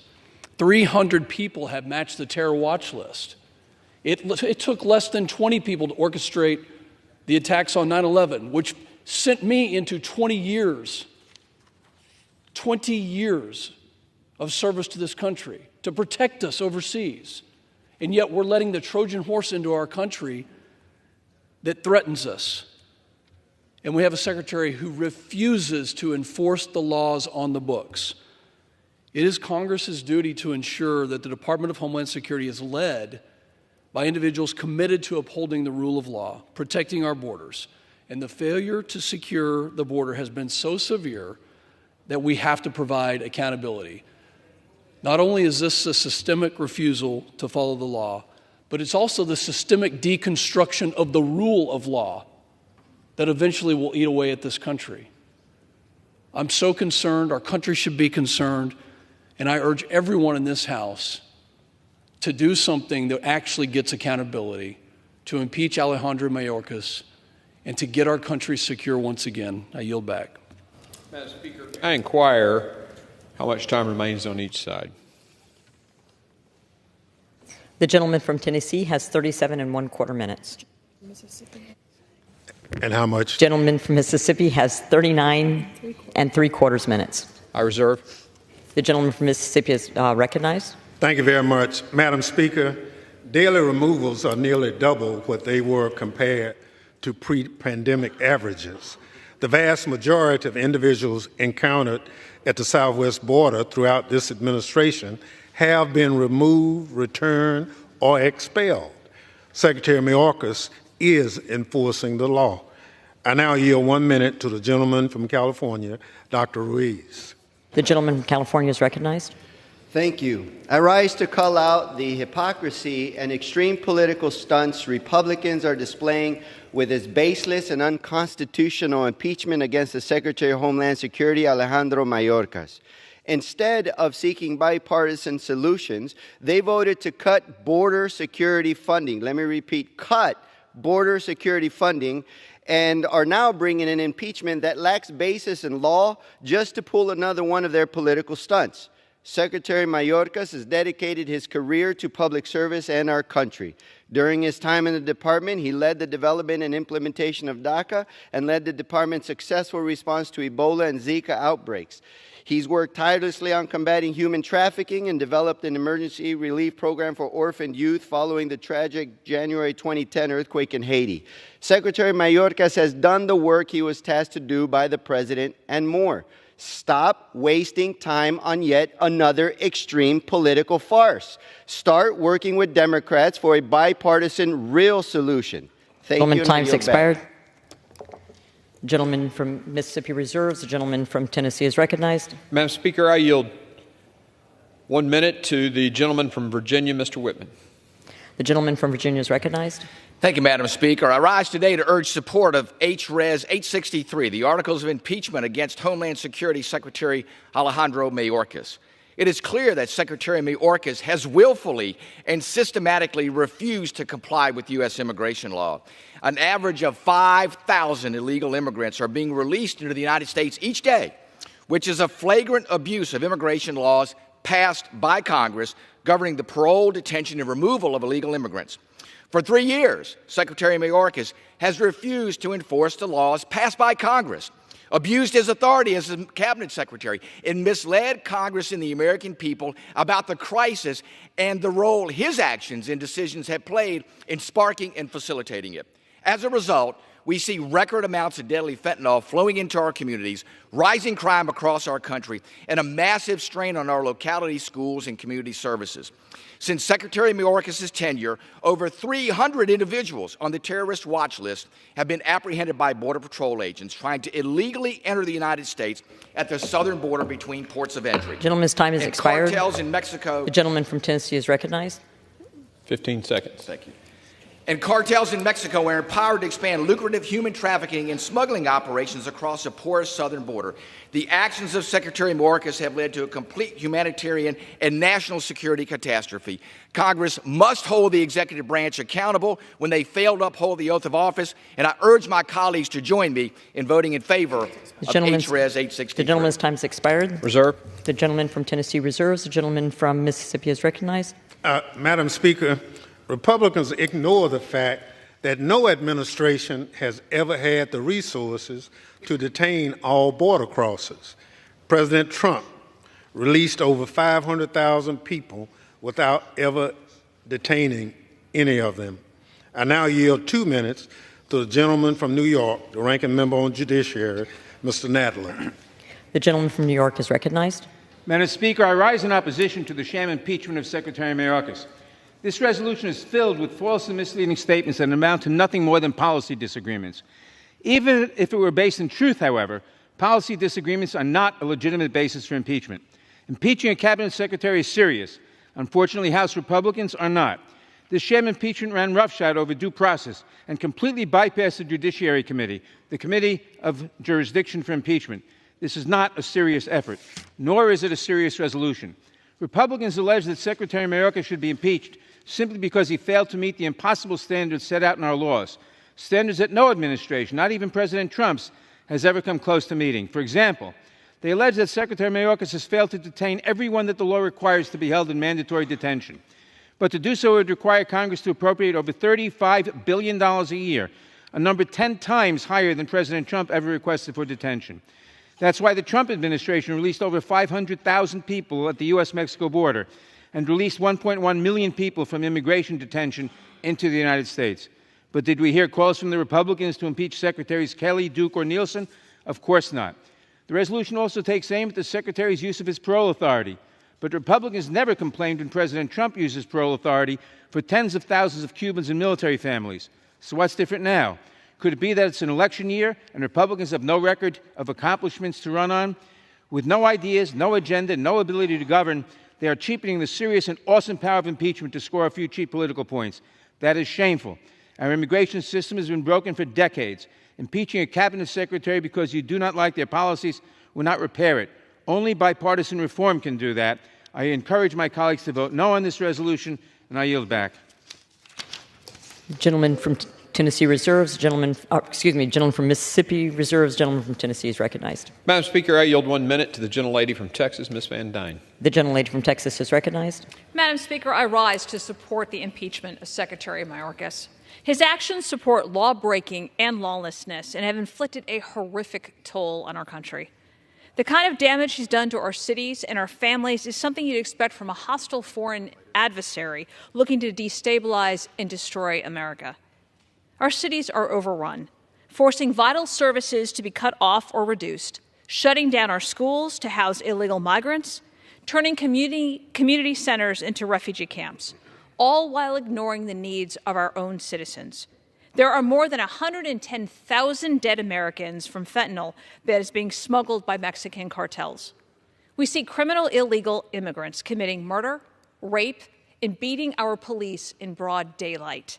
This is far more than a policy difference. This is the death and destruction of our country and our people. And I will not stand by and just politely ask the Biden administration to please stop the chaos and devastation. In a functioning government, people need to be held accountable when they have deliberately inflicted harm on our nation, and that is exactly what we are doing today. I yield Reserve. back. The gentleman from Tennessee reserves. The gentleman from Mississippi is recognized. Thank you, Madam Speaker. Madam Speaker, if my Republican colleagues were worried about the impacts of migration on our local communities, they should support DHS's Shelter and Services program. This is the only federal program that can provide direct assistance to cities and organizations responding to arriving migrants. Instead, they are trying to gut this program and impeach Secretary Mayorkas, which would accomplish nothing. I now yield 1 minute to the gentleman from California, Mr. Swalwell. The gentleman from California is recognized. This is not about Secretary Mayorkas. This is straight up sabotage. MAGA Republicans have never accepted President Biden as the president from the day they led an insurrection into this chamber to this day where they're trying to sabotage solutions at the border. Any shortcomings with Mayorkas are your fault. You won't give him the authorities that he needs to carry out more security at the border. And all we've heard for years is noun, verb, border. So you get your border deal, led by the second most conservative in the Senate, and you're walking away from it. You're walking away from it because Trump says you can't have it. And this place, with you all in charge, is looking less and less like the House chamber and more like Trump's echo chamber. What we need right now are solutions, not chaos. And with you all in charge, you're a party of followers. And with President Biden's leadership, Democrats continue to show we're a party of leaders. And I yield back. I want to remind members that they are to address their remarks to the chair.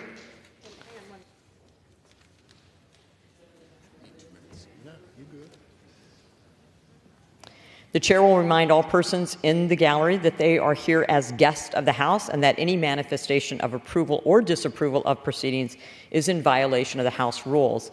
The gentleman from Mississippi reserves. The gentleman from Tennessee is recognized. Madam Speaker, I yield 2 minutes to the gentleman from Texas, Mr. Fallon. The gentleman from Texas is recognized. Thank you, Mr. Chairman, and thank you, Madam Speaker. I find it interesting that how many Democrats or open border caucus members, or I apologize for my redundancy there, are willing to house migrants in their own homes, Madam Speaker? None. Zero. Nada. They seem to all be for providing sanctuary, provided they don't have to provide it. Alejandro Mayorkas, under oath, testified before Congress and claimed the border is no less secure than it was previously. Does anyone in this chamber actually believe that? Does anyone in this country believe that? So let's compare the first 3 years of President Trump and Biden's tenures. President Trump, first 3 years, 1.6 million illegal crossings. Joe Biden, 8.3 million, a 519% increase. Terror watch list suspects apprehended. Under President Trump, 8 in 3 years. Joe Biden, 361, a 4,512% increase. Chinese nationals, mostly of military age, the military-age men, entering illegally. Last year under President Trump was 450. Under Joe Biden, over 24,000, a 5,333% increase. No less secure. That the new math? Opioid deaths have doubled. The Mexican drug cartels are enjoying record profits. Alejandro Mayorkas fostered this mayhem, and he facilitated a cataclysmic chaos. He's inept, he's weak, he's impotent. He's violated federal law, he's purged himself in front of Congress, he's lied to the American people, and he's undermined his own Border Patrol agents. Mayorkas has shown the world who he is. He is a sheep in sheep's clothing. And the cartel wolves and our enemies across the world are circling. This impeachment is richly deserved, and we must fire this bum, this second coming of Benedict Arnold, forthwith. Madam Speaker, I yield back. The gentleman from Tennessee reserves. The gentleman from Mississippi is recognized. Thank you, Madam Speaker. Madam Speaker, let's look at the facts. Since May 12, 2023, when Title 42 ended, DHS has removed more than 500,000 individuals. That's more people than when Donald Trump removed in any given year. The border is not open. I now yield 2 minutes to the gentleman from Maryland, Mr. Raskin, the ranking member of the Oversight Committee.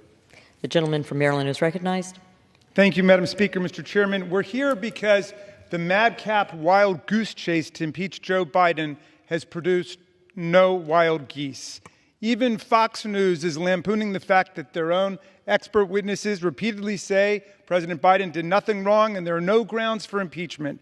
More than a dozen GOP members in Biden-majority districts don't want to go anywhere near that fantasy production. So the Trump-Putin mega faction, headed up by the distinguished gentlelady from Georgia, has been given this worthless trinket of a consolation prize, the opportunity to bring a slapstick impeachment drive against a cabinet member of unimpeachable integrity who has obviously committed no treason, no bribery, no high crimes, no misdemeanors, nothing indictable or even indictable, if you prefer. What makes this farce a tragedy is that Secretary Mayorkas and the U.S. Senate have been working for months to achieve precisely the immigration and border compromise the GOP has been demanding. And miraculously, they got to a bipartisan immigration agreement for billions of dollars more in Border Patrol officers, immigration judges, fentanyl detection machines, a far tougher border. It was good enough for Senator Mitch McConnell and dozens of GOP senators, and it was good enough for the Wall Street Journal, but the House MAGAs would not take yes for an answer. Why? Because Donald Trump doesn't want a border solution. He wants a border problem, nothing else to run on. And Vladimir Putin certainly doesn't want $60 billion going to the heroic people of Ukraine, defying his filthy imperialist invasion. All over the world, democracy and freedom are under siege today, and all our colleagues can think to do is to sell out our Democratic allies and sell out the cause of human rights, and then impeach a cabinet secretary working diligently to solve the immigration problem that they claim to care about. I yield back. The gentleman from Mississippi reserves. The gentleman from Tennessee is recognized. Madam Speaker, I yield 1 minute to the gentleman from Tennessee, Mr. Rose. The gentleman from Tennessee is recognized. Madam Speaker, Secretary Mayorkas swore an oath to defend the U.S. Constitution from all enemies, foreign and domestic. Unfortunately, it seems as though he hasn't defended it from a single one. Since President Biden took office, there have been more than 7 million illegal encounters at our southern border and more than 1.7 million known gotaways. Not once has Secretary Mayorkas issued a statement, signed a policy, or taken an action to discourage this from happening. In fact, he has doubled down and encouraged the invasion by endorsing catch and release policies, ending Title 42, and stopping Remain in Mexico. This subversion of our Constitution, willful disregard of our country's laws, and unfettered dedication to exacerbating this self-inflicted crisis have left the House with no other option than to impeach Secretary Mayorkas. Madam Speaker, I urge the House to join me in voting to impeach Secretary Mayorkas and urge the Senate to remove him from his position. Thank you, and I yield back. Reserve. The gentleman from Tennessee reserves. The gentleman from Mississippi is recognized. Thank you very much. Madam Speaker, I remind my colleagues that they voted to terminate the COVID-19 national emergency and thus voted to end Title 42. In addition, DHS has no role in ending this policy. I now yield a minute and a half to the gentleman from Rhode Island, Mr. Magaziner. The gentleman from Rhode Island is recognized. Thank you, Speaker. You know, the American people want us to be working together to solve our challenges at the border. We could be working together to vote on President Biden's proposal for $14 billion of funding that would add over 1,000 Border Patrol officers. We could be working with the Senate on real immigration reform that Republicans claimed they wanted until Donald Trump told them that they didn't. But instead, we are wasting time and energy on an impeachment with no legal basis just because it's what Donald Trump wants. Here are the facts. The facts are this. Congress has allocated funding for 34,000 beds at detention centers. The average daily census last year was 37,000. The centers are full. And so the Secretary, under the law, uses his legal discretion to decide who to detain and who to release, the same legal discretion that all of his predecessors have used. In the last 2 years of the Trump administration, 52% of migrants were released, nearly 1 million people. And I did not hear my House Republican colleagues calling to impeach that Homeland Security Secretary. No, this is about one thing, politics. There are no high crimes, no misdemeanors, no treason, no bribery. And I would remind my colleagues, our oath is to the Constitution, not to Donald Trump. And I yield back. The gentleman from Mississippi reserves. The gentleman from Tennessee is recognized. Madam Speaker, I yield 1 minute to the gentleman from Oregon, Mr. Betts. The gentleman from Oregon is recognized. Thank you, Chair Green. It's been said that Secretary Mayorkas is dishonest, duplicitous, and derelict in his duties, and I agree. However, he has also willfully refused to comply with and enforce our nation's immigration laws and explicitly instructed his employees to not enforce these laws. Additionally, the Secretary has willfully obstructed inquiries of my Judiciary Committee regarding entry of illegal aliens into our country. The constitutional standard for impeachment of Secretary Mayorkas has been satisfied. I want to commend Chair Mark Green for his excellent work in managing this important constitutional matter and in following regular order. While doing so, I yield back. The gentleman from Tennessee reserves. The gentleman from Mississippi is recognized. Madam Speaker, despite the Republicans want us to believe, the courts at the highest level have not found that Secretary Mayorkas is violating the law, and courts are where we go to determine whether a cabinet secretary is following the law Congress wrote, not a partisan impeachment. I yield 1 minute to the gentlewoman from Texas, Ms. Escobar. The gentlewoman from Texas is recognized. I rise today in strong opposition to the GOP's political stunt of the day, impeaching Secretary of Homeland Security Alejandro Mayorkas. The real problem here is congressional inaction on immigration reform. My community of El Paso, Texas, on the U.S. Mexico border, has been on the front lines of this issue and living with the consequences of congressional failure to act. Our federal personnel, local governments, and shelters are all overwhelmed. And Republicans continue to withhold vital funding that would help address this issue. As a border legislator, I've never met a more committed, accessible cabinet member than Secretary Mayorkas. He is a great public servant doing everything he can with the limited resources Congress has given to him. I invite my Republican colleagues who want to solve this, who really want to solve this, to join the bipartisan coalition supporting the Dignity Act. Stop playing games and do your job. I yield back. The gentlewoman's time has expired. The gentleman from Mississippi reserves. The gentleman from Tennessee is recognized. Madam Speaker, I yield 2 minutes to the gentleman from Mississippi, Mr. Guest. The gentleman from Mississippi is recognized. Well, thank you, Mr. Chairman. I rise today to express my support for impeaching Homeland Security Secretary Alejandro Mayorkas for reasons outlined in both articles of impeachment, but specifically for Article 2, breach of public trust. Secretary Mayorkas has repeatedly testified falsely, misleading Congress and the American people. He's done so by saying that the southwest border is secure and that his department has operational control of the border.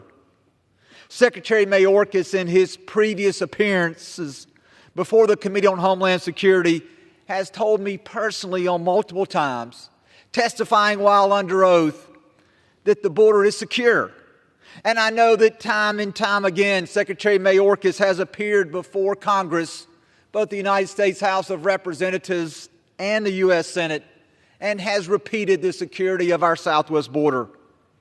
These declarations, Madam Speaker, are patently untrue, and they contradict statements made by both his former Border Patrol Chief, Raul Ortiz, and by the President himself. President Biden, who just recently said and admitted that the border was not secure. And he went on to say that the border has not been secured for almost a decade. Madam Speaker, Secretary Mayorkas' dealings with Congress, they indicate a lack of transparency and an attempt to mislead the public on the true conditions that exist at the border. And we as Congress, we must now hold Secretary Mayorkas accountable. This is a grave day in our history, a grave day for this nation, and not one that we take lightly. However, in light of all the facts, I urge my colleagues to join me in voting to impeach Secretary Mayorkas. Thank you, and I yield back. The gentleman's time has expired. The gentleman from Tennessee reserves. The gentleman from Mississippi is recognized. Thank you very much. Madam Speaker, my Republican colleagues won't admit that this impeachment is a sham, but their favorite conservative legal experts will. President Trump's impeachment attorney, Alan Dershowitz, accused Republicans of, quote, distorting the Constitution, unquote. And Republicans' favorite legal witness, Jonathan Turley, said that there is, quote, no evidence that Secretary Mayorkas is corrupt or committed an impeachable offense, unquote. I now yield 1 minute to the gentleman from New Jersey, Mr. Menendez. The gentleman from New Jersey is recognized. Thank you, Madam Speaker. I rise today to oppose the partisan sham impeachment proceedings against a dedicated and honorable public servant, Secretary Alejandro Mayorkas. Secretary Mayorkas has done his job while operating within a broken immigration system that this Congress has refused to fix. Instead of working with House Democrats and the Biden administration on serious solutions, House Republicans are focused on one thing: appeasing former President Donald Trump. This impeachment is an unconstitutional abuse of power. It is clear that policy differences are not grounds for impeachment. Even worse than the partisan nature of these proceedings are the alleged facts that they are based on. To build their case, House Republicans work with and cite reports from groups such as the Center for Immigration Studies, a Southern Poverty Law Center designated hate group. When I attempted to introduce an amendment to point this out, it was rejected by House Republicans twice in committee, once in Homeland and once in Rules. All because Republicans don't want Americans to know the baseless and completely unprecedented nature of this gentleman's time has expired. Additional 30 seconds. That anti-migrant hate groups form the foundation of the case that we are listening to today. I stand with my Democratic colleagues against this partisan impeachment, and I urge all of my colleagues on both sides of the aisle to vote no. Thank you, and I yield back. The gentleman from Mississippi reserves. The gentleman from Tennessee is recognized. Madam Speaker, I yield 1 minute to the gentleman from Arizona, Mr. Biggs. The gentleman from Arizona is recognized. I thank the gentleman. You know, James Iredale, one of the founders from North Carolina, talking about this impeachment clause, said the power of impeachment is given by this Constitution to bring great offenders to punishment. It's calculated to bring them to punishment for crime which is not easy to describe, but which everyone must be convinced is a high crime and misdemeanor against government. For instance, corruption. Let's do here. Its exercise, the impeachment, will arise from acts of great injury to the community, and the objects of it may be such as cannot be easily reached by an ordinary tribunal. That's why you have impeachment. And that's necessary here because what you have is a secretary who came into judiciary. He's given the language from the Safe and Secure Fence Act of 2006 and said, is the border under operational control? He says, well, no, we've redefined it ourselves. We're comfortable with the new definition that we've made. That's a violation of the separation of powers. This is the same secretary who tells his ICE agents, you know what, you time has expired. Additional 30 seconds. He tells his ICE agents, you cannot remove 1.2 million people who have actually had due process through the courts and have active removal orders. He's the same one who says we don't have to adhere to Title VIII. That has resulted in great injury to our communities. And that is why he must be impeached, because he falls in the definitions that one of the founders, James Iredale, said. And he's right on the money, and I urge everyone to support this movement to impeach. The gentleman's time expired. The gentleman from Tennessee reserves. The gentleman from Mississippi is recognized. Thank you very much. Madam Speaker, the definition of operational control in the Secure Fence Act of 2006 has never been achieved under any administration, including the Trump administration. This is not grounds for impeachment. I now yield 1 minute to the gentleman from California, Mr. Garcia. The gentleman from California is recognized. Thank you, Madam Speaker. Today, Republicans are engaging in yet another impeachment scam. We're here today because the majority wants to attack President Biden and Secretary Mayorkas, all to elect Donald Trump. The insane leader of their party claims that immigrants like me, and I quote, pollute the blood of this country. Donald Trump's rhetoric is just like Hitler's. And he wants chaos. He thinks the border crisis helps him, so he wants it to continue.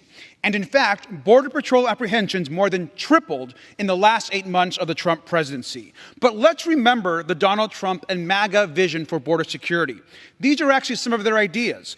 Donald Trump wants to build alligator moats. He's proposed bombing Mexico. He's actually said we should shoot migrants in the legs and maybe even electrify the fence. These are cruel and ridiculous ideas, that they are proposals of Donald Trump and the MAGA right. This extreme political stunt should fail, and with that, I yield back. Gentleman yields back. A gentleman from Mississippi Reserve. Gentleman from Tennessee is recognized. Mr. Speaker, I yield 3 minutes to the gentleman from Louisiana, Mr. Higgins. The gentleman is recognized for 3 minutes. I thank my colleague, the chairman of the Homeland Security Committee, and I respect my colleagues across the aisle who have voiced their opposition. It's important that we clarify the legacy that some of us would condemn by impeaching the secretary responsible for this legacy, and by contrast, the legacy that my colleagues who oppose the impeachment of Secretary Mayorkas would support. 300,000 Americans dead from cartel drugs, 100,000 teenage girls and boys missing, lost by the Mayorkas system into the unspeakable horror of sex slavery networks across the filthiest corners of criminal organizations in our cities. American sovereignty disintegrated, American soil lost to cartel human and drug trafficking bases. Millions of single military-age men from over 100 countries, unvetted, released into our country, creeping into every corner of American society, every city, every town. Our schools overrun by illegals, granted free access to American education infrastructure in hundreds of reports, with no room left for our own children. Hundreds of thousands of violent criminals released into our nation, despite federal law stating that DHS shall detain known criminals who enter America illegally. 1,000 or more known or suspected terrorists allowed to pass freely into the heart of our nation, into my state, into yours. This is the legacy of Alejandro Mayorkas, and by our oath, we must impeach this man who has presented an arrogant, defiant tone of denial and lies to Congress for 3 years, seemingly content or even proud to destroy America day by day. So it is that on this day, it shall be written in the historical record of the People's House that Secretary of Department of Homeland Security Alejandro Mayorkas has been impeached. So shall it be written. So shall it be done. Thank you, Mr. Speaker. I yield. The gentleman yields back. The gentleman from Tennessee reserves. The gentleman from Mississippi is recognized. Thank you, Mr. Speaker. Mr. Speaker, my Republican colleagues are starving DHS of necessary border security resources while accusing Secretary Mayorkas of not doing his job. House Republicans refuse to consider the White House's $13.6 billion border supplemental funding request that would pay for more border agents and officers and detention beds. I now yield 2 minutes to the gentlewoman from Washington, Ms. Jayapal. The gentlelady from Washington is recognized for 2 minutes. Thank you, Mr. Speaker. I rise in strong opposition to this resolution to impeach Secretary Mayorkas. This resolution is as ridiculous as it is dangerous. It has no evidence of high crimes or misdemeanors. Are we really debating impeaching a cabinet secretary because House Republicans don't like the policies that he advances under a democratically elected president? Far from alleging true high crimes and misdemeanors, this resolution relies on the same tired and untrue Republican talking points that Democrats have demonstrated for months are not true. With this Marjorie Taylor Greene sham impeachment resolution, the majority is bending to the will of the most extreme members of their conference simply because they don't like the policies that Secretary Mayorkas is pursuing. Secretary Mayorkas is an excellent and dedicated public servant working tirelessly to protect our national security and to address a broken immigration system. And this Republican Congress, the least productive Congress in the history of the United States, having passed only 27 bills that have been signed into law despite over 700 votes in this body, is simply trying to distract the American people from the fact that they are not doing a single thing to address the lives of ordinary Americans across this country. I keep thinking that the House cannot debase itself further, Mr. Speaker, but it appears that we have not reached rock bottom yet. Vote no on this sham of an impeachment. I yield back. Yields back. Gentleman from Mississippi reserves. Gentleman from Tennessee is recognized. Mr. Speaker, I now recognize the gentleman from Arizona for 2 minutes, Mr. Siscomani. Gentleman is recognized for 2 minutes. Thank you, Mr. Speaker and Chairman Green, for yielding me time. Let me start with this. The House is pursuing impeachment because there is no option left. Secretary Mayorkas has abandoned his job, and he has abandoned the American people.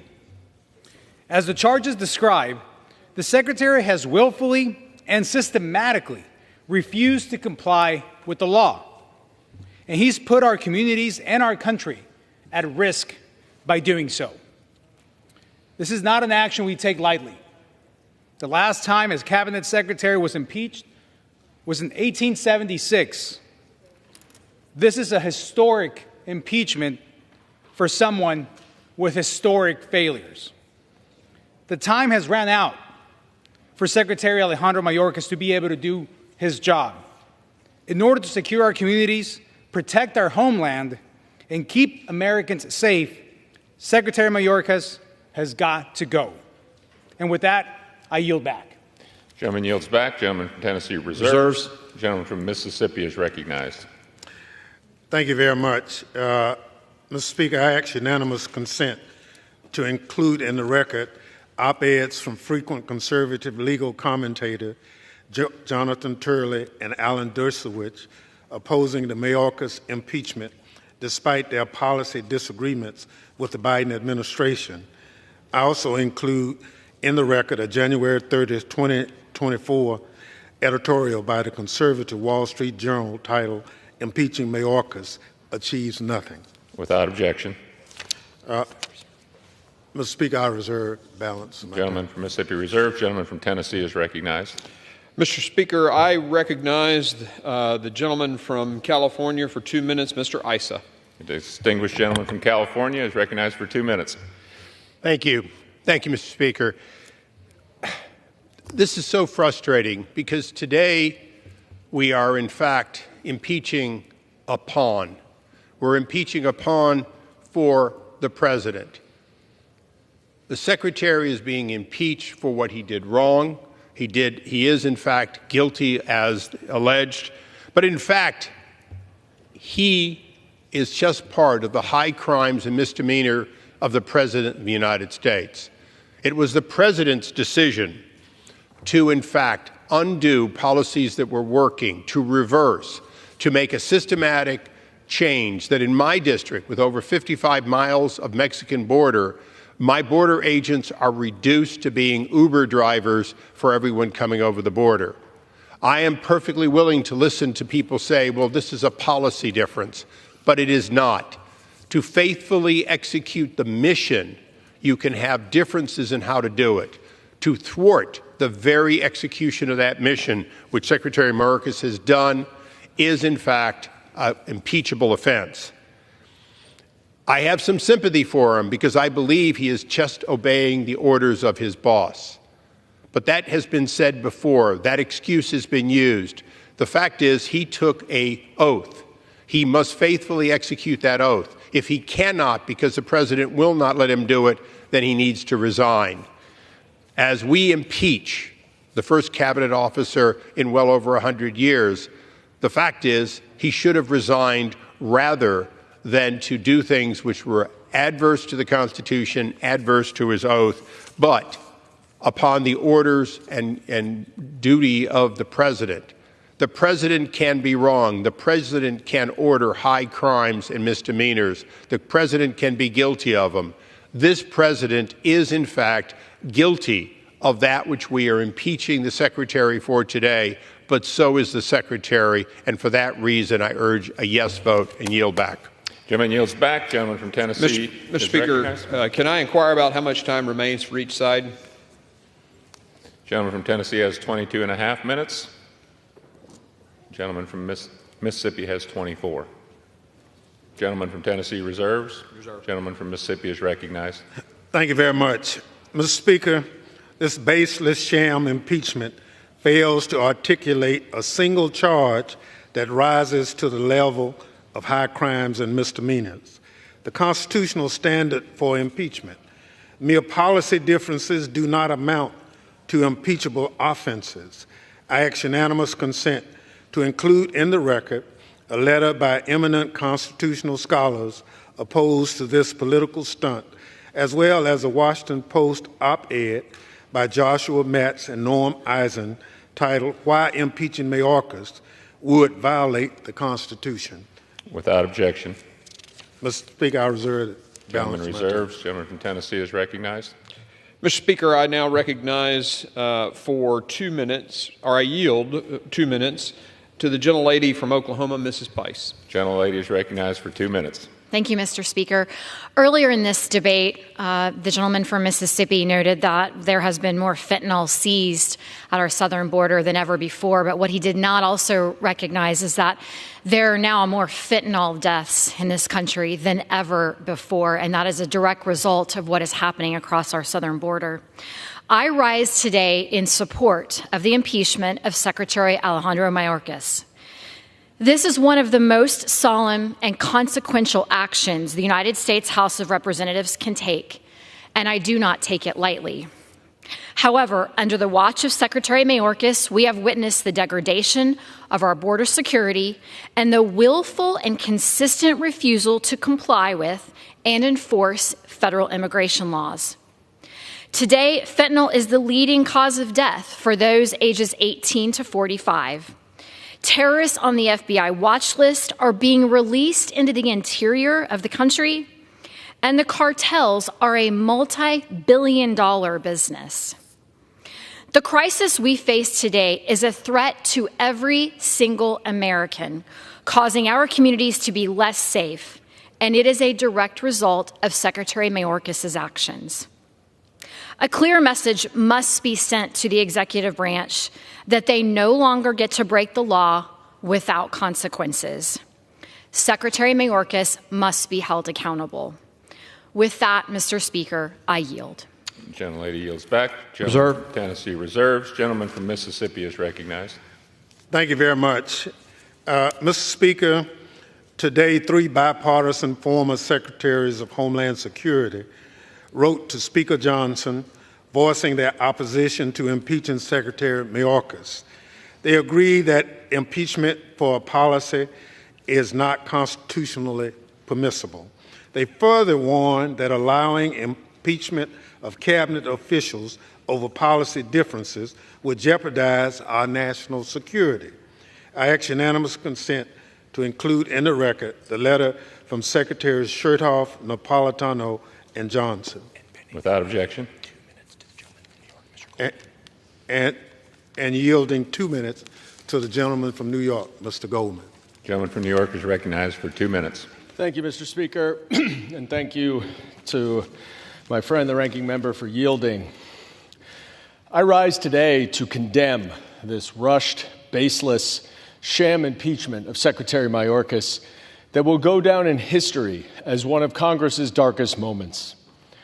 The Republican argument for impeachment boils down to their view that Secretary Mayorkas has intentionally caused the influx of immigrants over our southern border. Never mind that even if true, this is not a high crime or misdemeanor that has ever been used before in the history of our country. Never mind that no court has found the Secretary or the Department of Homeland Security to have violated the law. And in fact, the United States versus Texas case, which my friends on the other side of the aisle like to cite so frequently, actually reversed a district court ruling and held that there must be discretion given to the Secretary, as there has been given to every single department secretary for 27 years. And never mind that every one of those Department of Homeland Security secretaries has interpreted the law the exact same way that Secretary Mayorkas has. Never mind that Republicans have sued him to stop him from implementing the policy changes that the administration has tried to put in effect to address the situation at the border. Never mind that House Republicans are impeaching him for failing to address the problems at the border while he has spent months negotiating a bipartisan bill in the Senate to do just that. The reason for this partisan stunt is simple. Donald Trump and House Republicans want to use the border as an election year issue rather than actually solve the problems through necessary legislation. I urge my colleagues who care about the Constitution, the rule of law, in this institution to vote no. You will otherwise come to regret this vote. Gentleman's time And has I yield expired. back. Gentleman from Mississippi reserves. Gentleman from Tennessee is recognized. Mr. Speaker, I yield 2 minutes to the gentleman from Michigan, General Bergman. Gentleman from Michigan is recognized for 2 minutes. Thank you, Mr. Speaker. The last Secretary of Homeland Security appointed by a Democrat president once described a border crisis as more than 1,000 Border Patrol encounters per day. In December last year, we averaged nearly 10 times that number. Perhaps most worryingly, 2023 saw a record-setting 860,000, just a little bit shy of 1 million gotaways, border crossers who were detected but who were never apprehended. That's nearly 1 million potential felons, cartel members, terrorists, and drug traffickers freely allowed into our country and currently residing in our communities and our neighborhoods. This crisis has been aided and abetted through the unprecedented dereliction of duty of Secretary Mayorkas. As the House Homeland Security Committee has uncovered, Mayorkas has repeatedly violated, subverted, and simply ignored multiple laws set forth by Congress that he swore an oath to uphold, all while ignoring court orders and lying to Congress and the American people. The evidence of his wrongdoings is damning. His abuse of power goes well beyond simple bureaucratic incompetence, and his actions, which have put our nation at extreme risk, cannot go unanswered. I urge my colleagues to support this resolution, and I yield back. Gentleman yields back. Gentleman from Tennessee reserves. Gentleman from Mississippi is recognized. Thank you very much, Mr. Speaker. Mr. Speaker, Republicans are exploiting impeachment power to distract from their inability to pass legislation. Here's what Republican Representative Chip Roy said in November, quote, "I want my Republican colleagues to give me one thing, one that I can go campaign on and say we did. One. Explain to me one material, meaningful, significant thing the Republican majority has done." I now yield 1 minute to the gentleman from New York, the Democratic leader, Honorable Hakeem Jeffries. Gentleman from New York is recognized for 1 minute.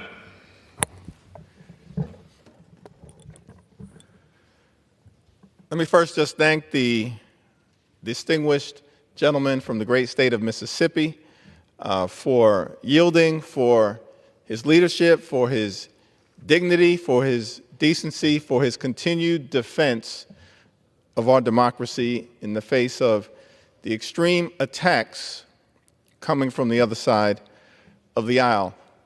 Mr. Speaker, I rise today in strong opposition to this political stunt, this reckless Republican effort to impeach Secretary Mayorkas.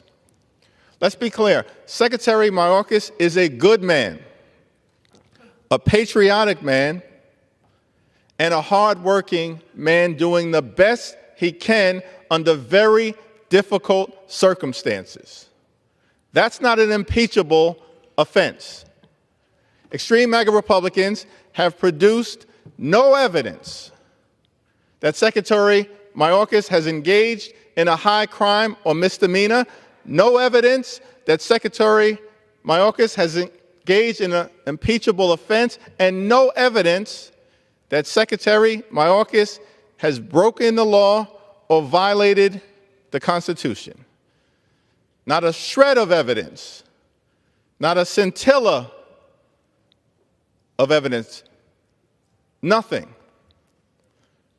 but extreme MAGA Republican chaos and confusion, and the effort to avoid doing the hard work necessary to find common ground to actually address the challenges at the border.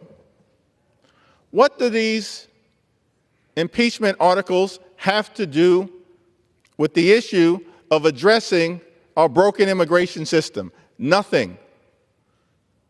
What do these impeachment articles have to do with building a healthy economy for everyday Americans?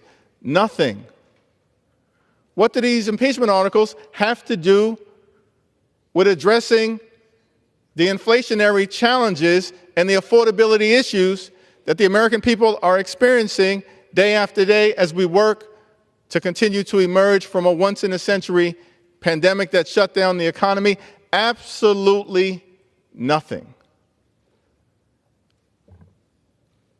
Extreme MAGA Republicans have spent this entire Congress not advancing any ideas, acting on any agenda, deciding to work together with us to solve problems for the American people. And so you've brought articles of impeachment that are not anchored in reality. You've brought articles of impeachment for one simple reason: because you really want to impeach Joe Biden. That's what you were directed to do by the puppet master, the former president of the United States, Donald Trump. You really want to impeach Joe Biden, but you realize that that is politically unpopular. And so you've brilliantly come up with, in your minds, Plan B. Let's go after Secretary Mayorkas. No evidence that he's engaged in wrongdoing, committed a crime, or violated the Constitution, but let's go after Secretary Mayorkas. Maybe that will satisfy the quest for revenge of the puppet master. Because when the puppet master, Donald Trump, says jump, extreme MAGA Republicans respond, how high? We just got evidence of that over the last few weeks, because extreme MAGA Republicans have been lecturing America that we have to deal with the challenges at the border. We agree. A bipartisan process has been underway in the Senate for months to try to fix our broken immigration system. But as soon as Donald Trump says, no, we actually don't want to do anything about the challenges at the border, because politically that might not be good for us, you've walked away from working together in a common sense fashion to fix our broken immigration system. And so instead, what you have to offer the American people is this sham impeachment, this political stunt, this waste of time. But you will not fool the American people. You will actually be held accountable for your inaction and your affirmative leaning in to doing things that don't advance progress in any way, shape, or form for the American people. No reasonable American can conclude that you're making life better for them with this sham impeachment. But you will live with this like a scarlet letter. It may succeed, it may not. Secretary Mayorkas should wear this like a badge of honor, because it's worthless. It means nothing. It's fake, it's fraudulent, and it's foolish. And I urge everybody to vote no so we can get back to doing the real business of the American people. I yield back. Gentleman yields back. Members are reminded to direct their comments to the chair. The gentleman from Mississippi reserves. Gentleman from Tennessee is recognized. Mr. Speaker, I yield 3 minutes to the gentlelady from North Carolina, Chairwoman Fox. The gentlelady is recognized for 3 minutes. I thank the gentleman from Tennessee for yielding and his great work on this impeachment resolution. Mr. Speaker, Secretary Mayorkas' political career is on the chopping block where it rightfully belongs. He has failed to apply the laws that would stop this invasion at the southern border. To those who claim that this impeachment is for purely political purposes, you're dead wrong. This is about upholding the rule of law that governs our republic, the same rule of law that Secretary Mayorkas has ignored and forsaken every day. Secretary Mayorkas has had innumerable opportunities to enforce the laws that are already on the books, but has chosen not to. He has earned his own impeachment. Let's be clear. Our entire constitutional system is predicated on the idea that Congress creates laws and the executive branch enforces those laws. Allowing this abuse of our constitutional system to go unchecked could spell the beginning of the end for our republic. I'm proud to serve as a co-sponsor of these impeachment articles. The rule of law must be restored at the border immediately, and with that, I yield back my time to the gentleman from Tennessee. Gentlelady yields back. Gentleman from Tennessee reserves. Gentleman from Mississippi is recognized. Mr. Speaker, Republicans use the language of invasion and great replacement theory. But look, invasion in the Constitution means invasion during an act of war by a foreign nation or insurrection from within. I direct my Republican colleagues to the Federalist Paper number 4 and 43 if they want to learn why the entry of migrants escaping crisis for a better life is not invasion. I now yield. I reserve. This gentleman reserves. The gentleman from Tennessee is recognized.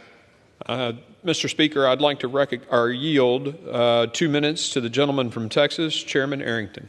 Gentleman is recognized for 2 minutes. I thank our fearless leader and good gentleman from Tennessee, and just a comment about this not being an invasion. No honest or objective American from sea to shining sea could characterize what's happening at our southern border in any way other than an invasion. And it's destroying our country. And it's because of the willful neglect.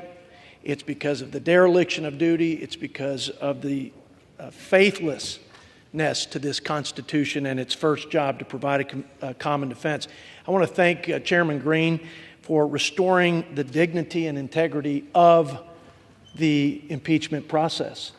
I think it's important that we are careful, that we make the fullness of due process an important feature, restoring what's happened over the last 2 impeachments.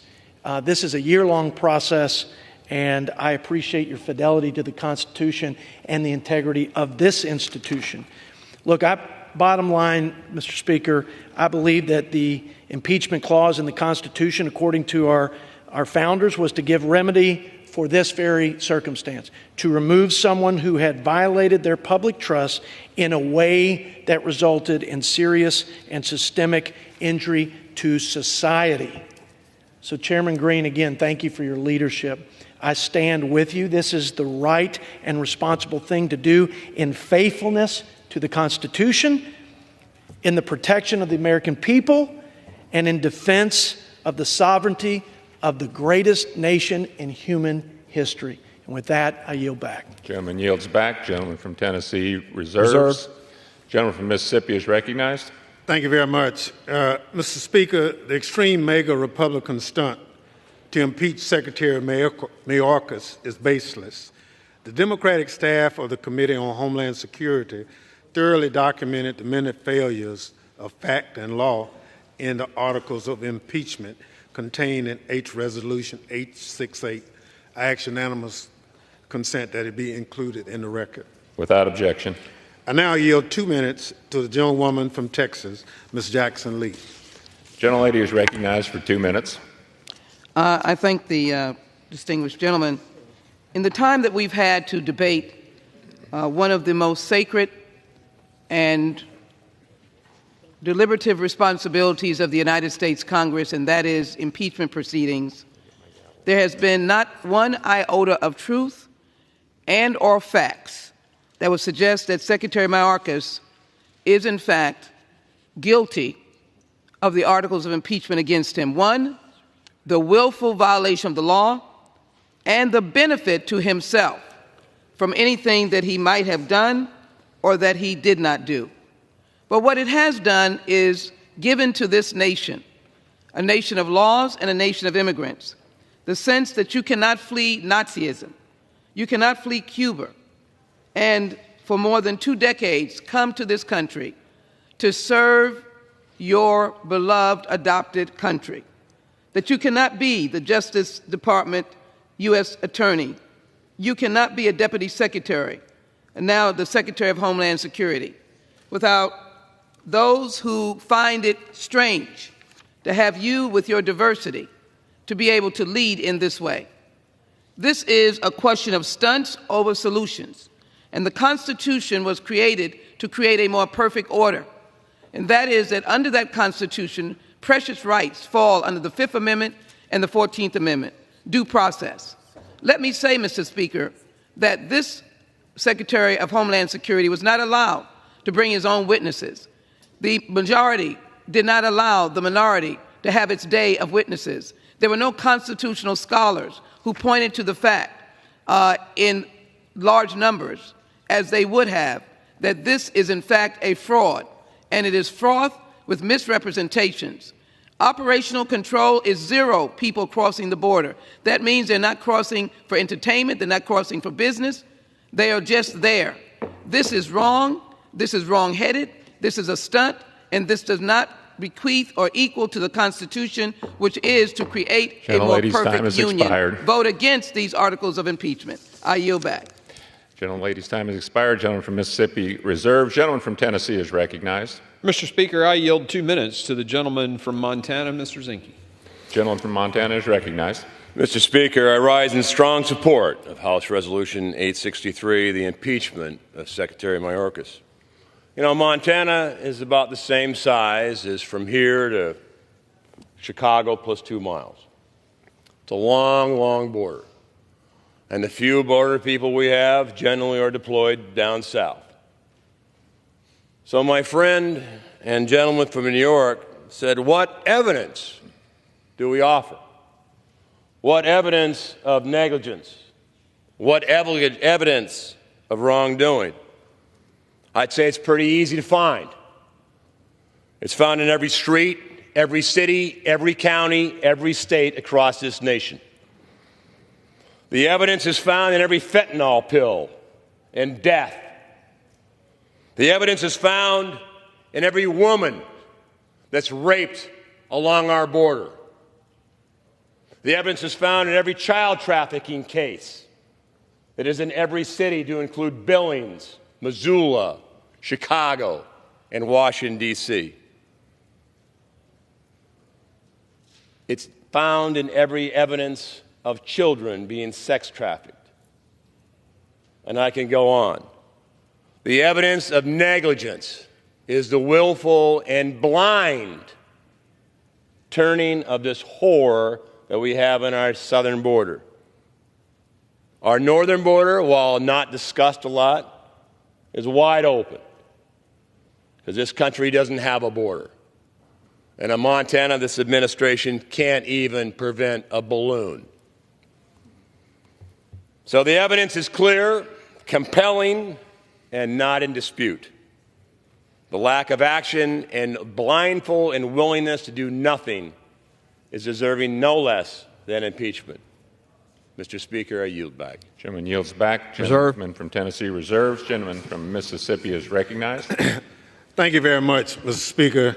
Mr. Speaker, Secretary Mayorkas is doing his job with the resources allotted by this Congress.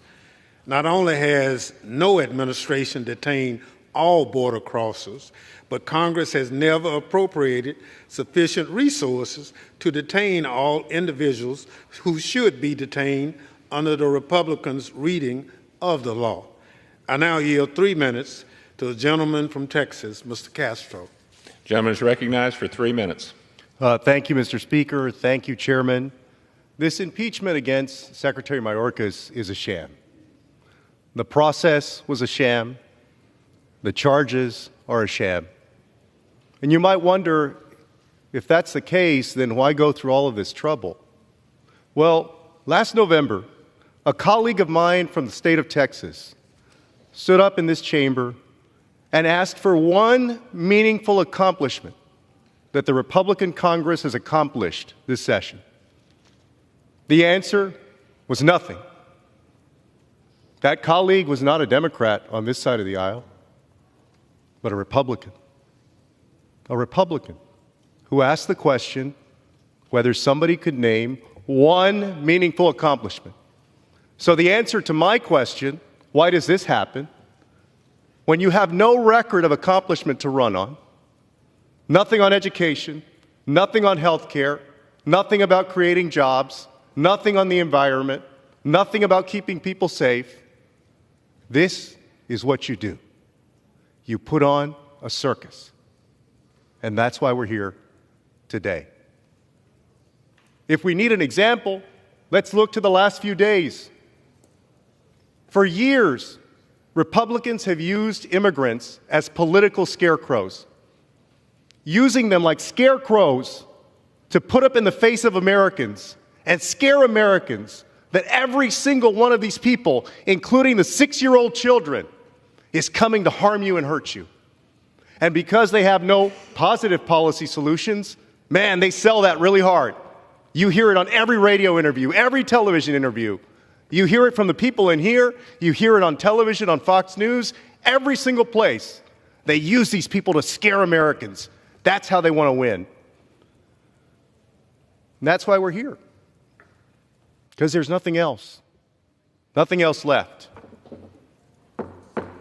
And on the border, Gentleman, I would ask for additional 30 seconds. Gentleman recognized for additional 30 seconds. They have claimed that we need to secure the border. But even when President Biden made the comment that he would be willing to shut down the border because it's overwhelmed, the Republican speaker says that that proposal that would allow for it, what they've been asking for supposedly for years, they say it's dead on arrival. They're not going to do it. This is a show trial. It's a sham. I yield back, Speaker. Gentleman yields back. Gentleman from Mississippi reserves. Gentleman from Tennessee is recognized. Mr. Speaker, I yield 2 minutes to the gentleman from Mississippi, Mr. Ezell. Gentleman from Mississippi is recognized for 2 minutes. Mr. Speaker, before coming to Congress, I spent 8 years as a sheriff in my home county and 42 years as a law enforcement officer. If I hadn't have done my job as a sheriff, I would have been fired and removed from office. Mr. Speaker, Secretary Mayorkas has not done his job. He has willfully ignored immigration laws passed by the Congress and allowed our southern border to turn into utter chaos. His breach of the public trust cannot go unanswered. I voted to hold him accountable in committee last week, and I will do so today on the floor. I urge my colleagues to vote in favor of this impeachment and hold Secretary Mayorkas accountable for his actions. And with that, Mr. Speaker, I yield back. Gentleman yields back. Gentleman from Tennessee reserves. Reserve. Gentleman from Mississippi is recognized. Thank you very much. Mr. Speaker, I now yield 2 minutes to the gentlewoman from California, Ms. Barragan. The gentlelady from California is recognized for 2 minutes. Thank you, Ranking Member Thompson. I rise to oppose this baseless, politically driven impeachment of Secretary Mayorkas by extreme MAGA Republicans. House Republicans have failed to meet the constitutional standard for impeachment. They have failed to provide evidence for high crimes and misdemeanors because no evidence exists. Republicans rant about challenges at the southern border, and their only solution is to remove the person who has been in the room trying to work on a bipartisan basis to get tough on border policies that I don't even agree with.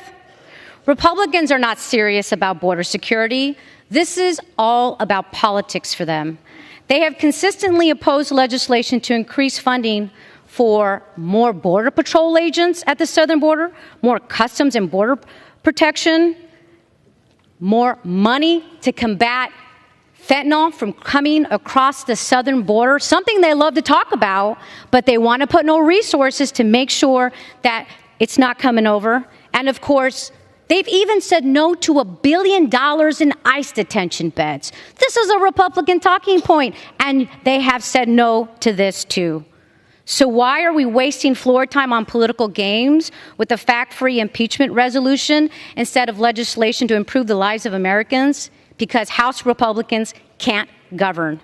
They want to distract from their weekly embarrassments. Their own members admit they have not accomplished anything. This sham impeachment is not an accomplishment. It's just another embarrassment because they are a do-nothing Congress. I yield back. Gentlelady yields back. Gentleman from Mississippi reserves. Gentleman from Tennessee is recognized. Mr. Speaker, can I inquire as to how much time remains for each side? Gentleman from Tennessee has 12 minutes, 12 and a half. Gentleman from Mississippi has 12. I yield myself as much time as I may consume. Gentleman's recognized. I'd like to address some of the, at a minimum, misinformation that's been provided by my colleagues on the other side of the aisle. This notion that Republicans have somehow cut Border Patrol is absolutely false. In fact, it's been the administration that's brought decreasing budget requests, for example, for ICE detention beds every single year, and we've wound up giving them more than they've asked for. Our bill, H.R. 2, House Resolution 2, actually would provide 3,000 new Border Patrol agents, and the supplemental request by the president's like 1,400. I mean, you can't say we're resourcing less when we're actually providing numbers for more. I mean, that's just disinformation. It's false. This notion that seizures are up, I mean, if you pour more water through a small pipe, you're going to catch. I mean, there's more volume coming at the fence. They're going to seize more. I get that. But tell me why the price of fentanyl in Tennessee for a hit of it on the street went from $95 a hit when this president took office to $28 a hit. It's because the supply and demand of fentanyl. It's, supply and demand curve. And that's because it's pouring across our southern border. It's pouring across our southern border because the cartels are jamming folks through the crossing sites. The Border Patrol agents are having to move off the border to cover that, and we have a wide open southern border.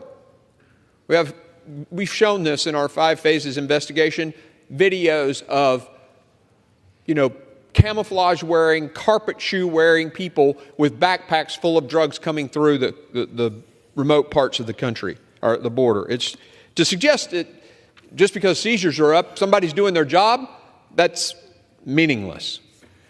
I want to make a point here because several people have said if we were concerned about border protection, we would bring up the Senate negotiated bill. Well, I thought they had to pass it over there before we could bring it up.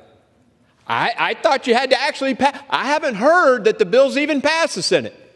So this accusation that we somehow aren't for Border Patrol because we haven't taken up this bill is false, because it hasn't even passed the Senate yet. I heard someone say Mr. Mayorkas has done his job. I mean, the last poll I saw was like 85% of Americans think the guy is failing. But yeah, keep singing that song. Rushed, we've been at this for almost a year. One gentleman said no court has actually ruled that Mr. Mayorkas is breaking the law. The Fifth Circuit Court absolutely ruled it. And then the gentleman who mentioned that actually said that the Supreme Court overturned that. No, they didn't. They decided they weren't going to decide. They said, we don't have standing here, or you don't have standing here. So the case wasn't technically even heard. They said, you don't have standing, have a nice day. To suggest that that was overturned, the Fifth Circuit Court's ruling on the lawlessness of this secretary is just wrong. It's wrong. I now yield 2 minutes to the gentleman from Mississippi, Mr. Guest. Gentleman is recognized for 2 minutes. Thank you, Mr. Speaker. Mr. Speaker, I want to push back. I want to tell you that what is happening here is not political theater, as my friends on the other side of the aisle wish to make this.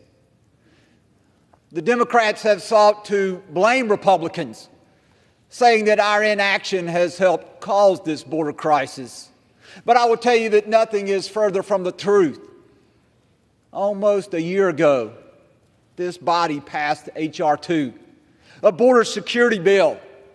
A border security bill that would fund a record number of Customs and Border Patrol agents. A bill which would give raises to those men and women who are there on the front lines trying to secure our border. A bill which would invest in technology to stop the flow of illegal drugs coming across our borders. A bill which would have restarted wall construction. That bill for almost a year has sat in the other chamber, has sat in the Senate. And Schumer has refused to bring that bill to the floor. This body also passed the Homeland Security Appropriations Bill, giving the Homeland Security Department more money than that department has ever received. We funded those additional agents. We funded those pay raises. We funded additional detention beds. And what has happened to that appropriations bill? It also sits in the Senate, waiting for the Senate to take action. And today, my friends across the aisle, they seek to hide behind this Senate bill that was crafted behind closed doors in the cover of darkness. A bill that did not include any from the House of Representatives, did not include Homeland Security Chairman Mark Green, ranking member from Mississippi, Benny Thompson. The Senate, 3 senators out of 100 got together behind closed doors, and for weeks they sat down and they crafted a bill. Another minute. Gentleman's recognized for additional minute. And that bill, with no input on behalf of the House of Representatives, we are now supposed to adopt that bill before it even passes the Senate. I want to give you a number, Mr. Speaker. That number is 370,000. That is the number of immigrants who came into our country last month alone. That's not a year. That's not 6 months. That is a single month, $370,000. Yet our Homeland Security Secretary continues to maintain that the border is secure. And my friends across the aisle seek to blame Republicans for this crisis. I will tell you that their blame is misplaced. If they want to know the blame and they want to blame someone for what's happening on the southwest border, they need to look in the mirror. They need to look at what their secretary has done, and they need to look at what their president has done. They can no longer blame Republicans for their failures. And I will close with this, Mr. Speaker. If we are unable to hold Secretary Mayorkas accountable for his failures, for his failure to enforce the law, Gentleman's time has expired. We can hold no one accountable. Secretary Mayorkas must be impeached. Reserve. Gentleman from Tennessee reserves. Gentleman from Mississippi is recognized. Thank you very much, Mr. Speaker. Mr. Speaker, the administration is enforcing the law. ICE is currently detaining over 38,000 people. This is 4,000 more than Congress has provided funding for. If Republicans want DHS to detain more people, they should provide the funds the administration has asked for in the supplemental request. Under former President Trump, Republicans cheered the doubling of drug seizures. Now they view it as a problem. This is hypocrisy at its finest. Under Secretary Mayorkas' leadership, DHS has seized more fentanyl and arrested more criminals for fentanyl-related crimes in the last 2 years than in the previous 5 years. Mr. Speaker, this impeachment has been a pre-planned political stunt from the beginning. I request unanimous consent to include in the record a New York Times article detailing how Secretary of Homeland Security, I request unanimous consent to include in the record a New York Times article detailing how Homeland Security Committee Chairman Mark Green promised donors that the House would impeach Secretary Mayorkas prior to launching any type of inquiry. Get the popcorn, he said. Without objection. Gentleman from Mississippi reserves. Gentleman from Tennessee is recognized. Thank you, Mr. Speaker. I would yield to myself as much time as I'd consume. Gentleman's recognized. Mr. Speaker, I think that most of my colleagues here and a lot of people back home certainly know that I had the unbelievable privilege to interview Saddam Hussein on the night of his capture. And as I was sitting there talking to Saddam Hussein, I asked him why he invaded Kuwait, and he gave me all these justifications about who owned which oil field. And then he held up the palm of his hand, and he pointed to the palm of his hand, and he said, you know, all of human civilization comes from the Tigris and Euphrates River. Every person on the planet is an Iraqi, and I'm the president of Iraq. What Saddam was saying is he was the king of the world. The thought struck me, how does a person get there? Well, the old adage came to mind that, you know, absolute power corrupts absolutely. When you concentrate power into the hands of fewer and fewer people, you get tyranny every time. In this case, one man. Our founders were brilliant. They were following the philosophies of Montesquieu, and they decided that they would divide power out. They would separate 3 branches of government, and then with the 10th Amendment, they would separate power between the federal government and the states, the local governments. But they did develop 3 equal and separate branches of government, with the legislative branch writing the laws and the executive branch executing the laws. And interestingly enough, in the Iran-Contra hearing, the Democrats said in their report, you can't pick and choose which law you want to enforce. It's also fascinating that, here we are. They say it's about policy. This is about a systemic, planned mechanism to undo the immigration laws passed before, just because the current secretary doesn't think that's what they ought to be. That secretary is supposed to execute those laws, but he's chosen not to. It says shall detain criminal felons, and he has directed his DHS employees not to do that.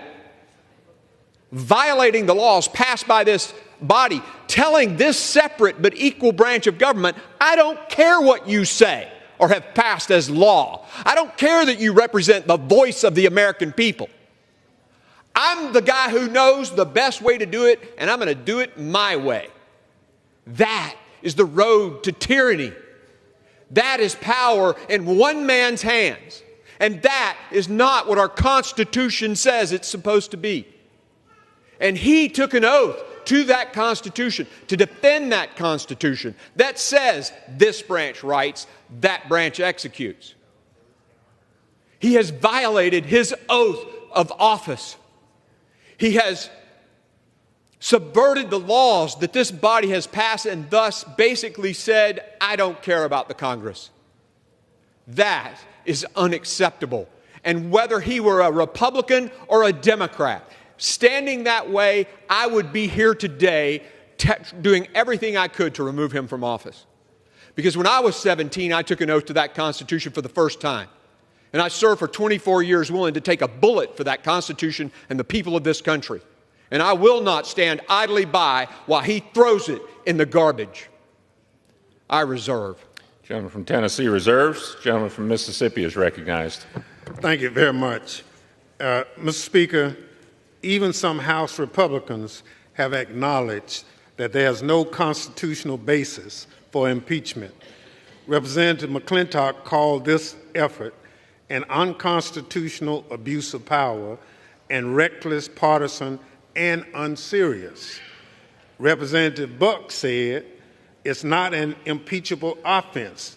This is a policy difference. Mr. Speaker, besides failing to articulate a single cognizable charge that would meet the constitutional impeachment standard of high crimes and misdemeanors, this sham impeachment has been marred by procedural failures.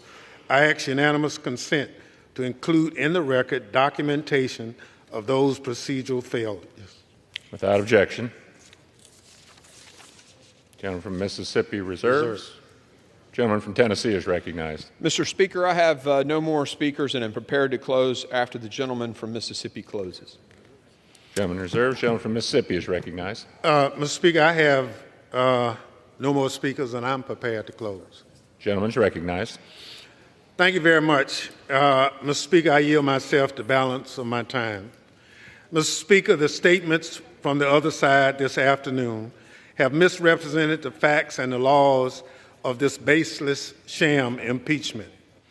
This extreme mega Republican majority is more about stunts rather than solutions.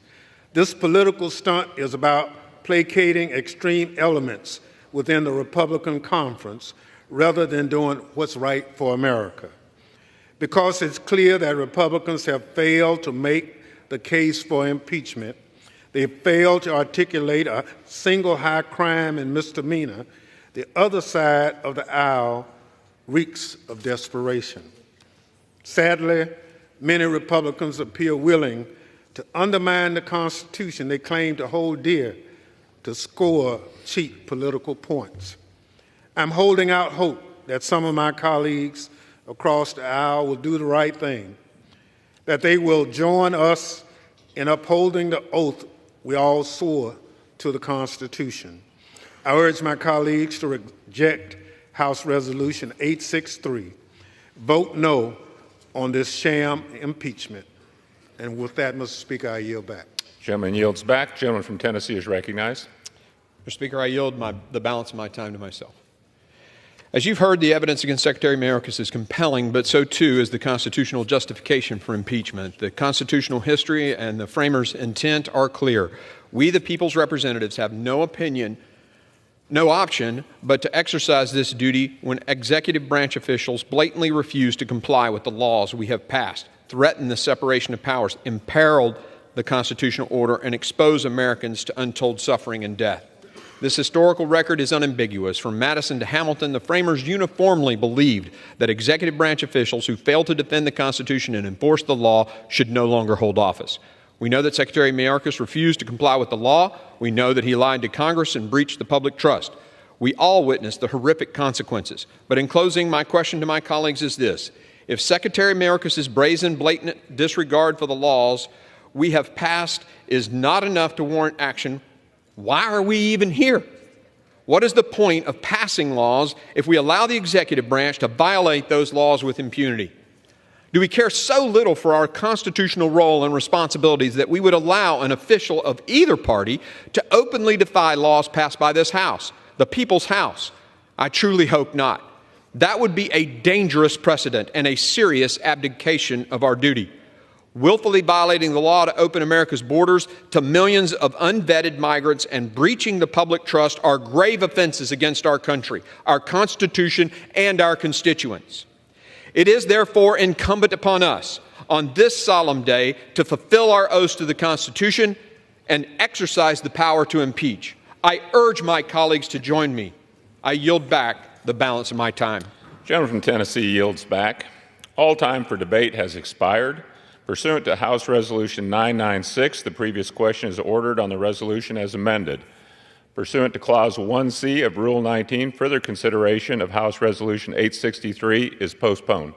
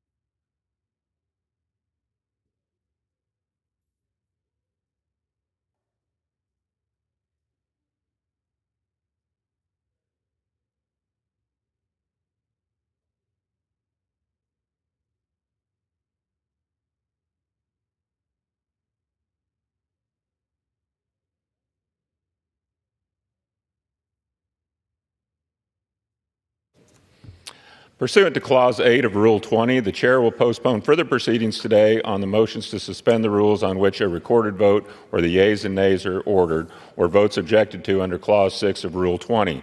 The House will resume proceedings on postponed questions at a later time. For what purpose does the gentleman from California seek recognition? Mr. Speaker, I move that the House suspend the rules and pass H.R. 7217. The clerk will report the title of the bill. H.R. 7217, a bill making emergency supplemental appropriations to respond to the attacks in Israel for the fiscal year ending September 30th, 2024, and for other purposes. Pursuant to the rule, the gentleman from California, Mr. Calvert, and the gentlewoman from Connecticut, Mrs. DeLauro, will each control 20 minutes. The Chair recognizes the gentleman from California. Mr. Speaker, I ask unanimous consent that all members have 5 legislative days to revise and extend their remarks and include extraneous material on the measure under consideration. Without objection.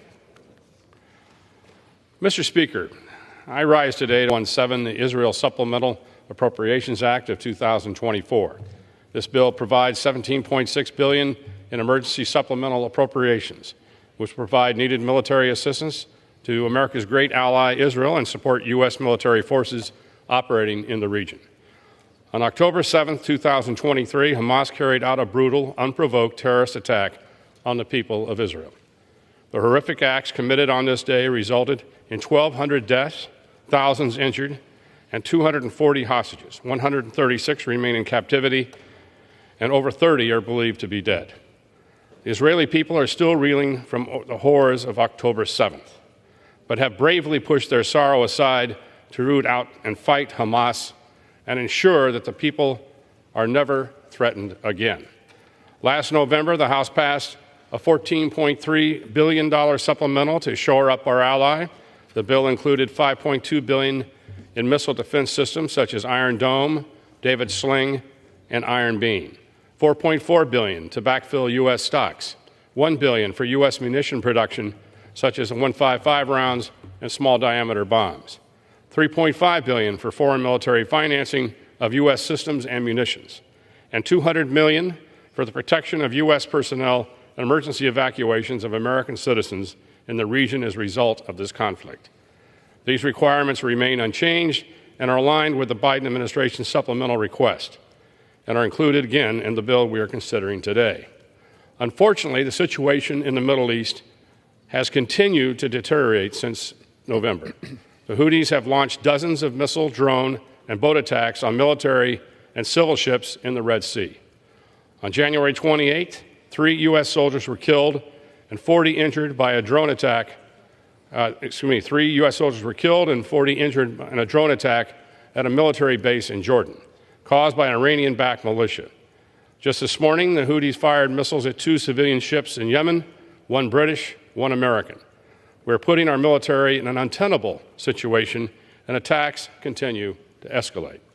Now we must shore up our ally Israel and provide our military with the resources they need to protect our troops in the region. The new funding in this bill addresses that changing reality by providing $3.3 billion for U.S. military operations in the region funded through December 24. This includes $1 billion for low-cost defensive capability to thwart future attacks on U.S. forces in the region. In many instances, we have been intercepting low-cost Iranian-backed drones with multi-million-dollar munitions. This funding will protect our forces and put us on the right side of the cost curve. This funding bill resupplies Israel's defensive capability, restores American defense industry to replenish our stocks, funds necessary operations for our forces in the region, and sends a strong signal that the United States will not back down. I'm grateful for the support of Chairwoman Granger, Chairman Diaz-Balart, Republican leadership, and dozens of members who have co-sponsored the bill. I'm also grateful for the support expressed by many of my friends across the aisle. We have an opportunity today to come together and send a strong message: the United States stands with Israel. I want to address the position of the Democratic leadership, including President Biden's veto threat. Assertion that this bill plays politics are patently false. Last November, Democrats said they wanted a clean bill. That's exactly what this is. This bill simply provides necessary resources to our closest ally in the region and our own military.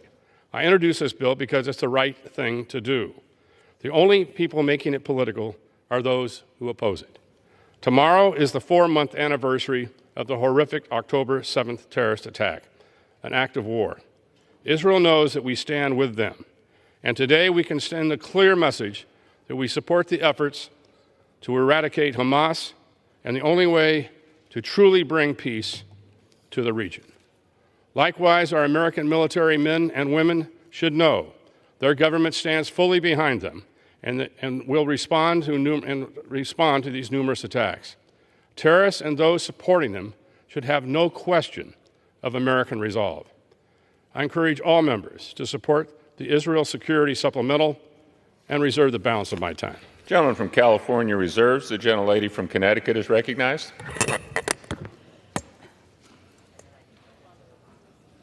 Mr. Speaker, I'm sorry.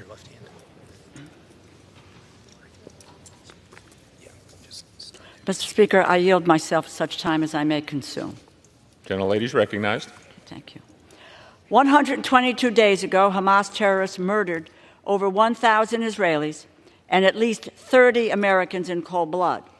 They took hundreds hostage in the worst attack on Jewish people since the Holocaust. President Biden's supplemental funding request for Israel, Ukraine, the Indo-Pacific, and for our border has gone all but completely unanswered by this historic do-nothing majority. For months, our colleagues in the majority insisted that any foreign assistance bill must include border policy changes. So spoke Speaker Johnson at the White House several months ago and said we needed a bipartisan border security agreement that would open the door, unlock the door for funds for foreign assistance. Yet, Republicans have rejected a bipartisan bill that would accomplish exactly what they have asked for. While declaring that bill dead on arrival in the House, the majority has opted to consider a bill that we know the president will veto. This is a political stunt that makes it less likely that Israel gets its funds while endangering U.S. national security. This accomplishes nothing and delays aid getting out to our allies and providing humanitarian relief. Our allies cannot wait. Our border communities cannot wait. Our cities cannot wait. I wholeheartedly support funding for Israel. I have written aid to Israel supplemental appropriations over the last several years. However, I cannot support this bill, which falls dangerously short of what this moment calls for. Our allies are facing existential threats, and our friends and foes around the globe are watching, waiting to see how America will respond. Putin is watching, Xi is watching, the Ayatollah Khomeini is watching, Russia, China, and Iran are watching, and our allies are watching. This bill does not provide a penny in humanitarian assistance. We cannot abandon the innocent civilians caught in the crossfire of these conflicts, particularly in Gaza. The costs of Hamas's rule over Gaza and the war against Israel are borne by innocent Palestinians. Israel's harsh response has raised these costs further. Families, children are facing unthinkable circumstances, millions facing starvation because of this conflict. No one with clear eyes would say otherwise. Furthermore, if this bill were to become law, there is no path to support Ukraine. We are witnessing the first land war in Europe in a generation. And through inaction, this Congress risks handing a sovereign nation over to a ruthless autocrat, jeopardizing U.S. national security. Vladimir Putin wants Ukraine. If he overtakes Ukraine and moves against a NATO ally, we will see U.S. troops in a ground war. If we do not provide Ukraine with what they need, the ultimate legacy of the 118th Congress will be the appeasement of a dictator and the destruction of a free nation. Our allies and our enemies in Europe and around the globe will know that the United States is no longer a trusted partner in the security of the free world. Yet, we know that a supermajority of this body supports Ukraine. There are unquestionably more than 218 votes in the House for a supplemental appropriations that includes Israel, humanitarian assistance, Ukraine, and Indo-Pacific assistance. Yet, House Republicans are refusing to take that path. The Senate bill acts now to address the border that is in crisis. The status quo is unacceptable, but Republicans say no to moving forward. We should reject this unserious effort, this political ploy, and insist on a bipartisan product that supports our allies and protects the integrity of our border. I reserve the balance of my time. Gentlelady from Connecticut reserves. The gentleman from California is recognized. I thank the Speaker. And this is a bipartisan effort. This is a bipartisan bill. And with that, I yield to the gentlewoman from Texas, the chairwoman of the Appropriations Committee, Ms. Granger, for 3 minutes. Gentlelady is recognized for 3 minutes. Mr. Speaker, I rise today in support of H.R. 7217, a bill that will provide additional support for Israel. And I want to thank Chairman Calvert for the leadership on his bill that he's given. Nearly 4 months ago, we watched Hamas brutally attack the Israeli people. Unfortunately, the situation in the region has only gotten worse. Israel and now U.S. forces have been attacked by terrorist groups backed by Iran. Funding is needed to address the growing threats we face. The bill before us provides a total of $17.6 billion in emergency resources. Specifically, the bill includes funding for Iron Dome, David Sling, Iron Beam defense system, and other weapons through the Foreign Military Financing Program. To ensure that U.S. support does not impact our own military readiness, the bill restocks the items we have already sent to Israel. It is also providing $3.3 billion to support our military operations in the region. Now, more than ever, we must stand firm with Israel. The bill sends a strong message that the United States supports our great ally. I urge my colleagues to join me in supporting the important bill. Thank you, and I yield back the balance of my time. Gentlelady yields back. Gentleman from California reserves. Gentlelady from Connecticut is recognized. I yield 3 minutes to the gentlewoman from Minnesota, the ranking member of the Defense Subcommittee, Ms. McCollum. The gentlelady is recognized. Thank you, Ranking Member DeLauro. Mr. Speaker, our nation faces two immense national security challenges, and Congress must address them both. Russia's illegal and unjust invasion of Ukraine, which threatens their territorial integrity and the security of Europe, and Israel's response to the Hamas terrorist attacks on October 7th, which has spiraled into a regional conflict between the United States and Iranian proxies. Tragically, three U.S. service members have lost their lives in this conflict.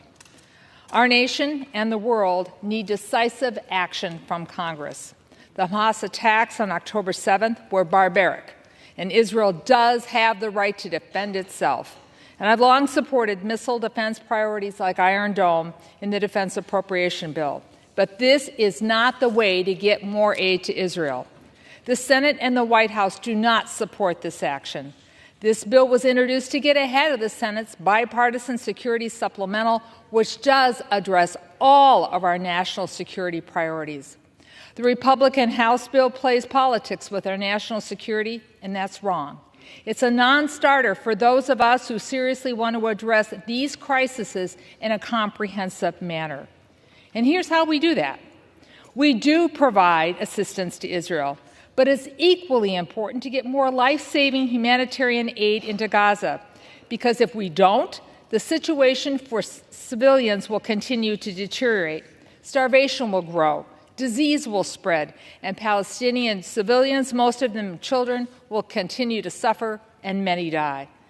Because Israel's security situation will worsen if we don't do the humanitarian aid. We need to support our national priorities around the world. Our service members are working nonstop to defend commercial shipping routes and deter broader regional conflicts with Iran. They deserve our support. We must provide additional security assistance to Ukraine. The situation there is desperate, Mr. Speaker. Ukrainian civilians will continue to be murdered. Their military faces serious shortage of ammunition, and we must remedy that. Congress cannot afford to ignore any of these challenges because America cannot afford to ignore them. We must lead, and the Republican majority, in my opinion, is failing to do just that. If we fail here, the national security consequences we will face abroad are: we will leave both Israel and U.S. troops in the Middle East in a more dangerous position when it comes to Iranian activities. We will condemn more Palestinian civilians in Gaza to die. And we will doom the Ukrainian people to face a dark future with their democratic aspirations crushed by Putin's boot. And we will leave our European allies, who have just approved €50 billion package for Ukraine, to face a resurgent Russian military on their borders. The majority has left us no choice but to vote no. The gentlelady yields back. The gentlelady from Connecticut reserves. The gentleman from California is recognized. I thank the Speaker. The bill before us today is regarding Israel. We have time to debate Ukraine at a later date, but today this is regarding aid to Israel, which we need to do immediately. With that, I yield to the gentleman from Arkansas, member of the Defense Appropriations Committee and chairman of the Financial Services Committee, Mr. Womack. 2 minutes. For how long? The gentleman's recognized for 2 minutes.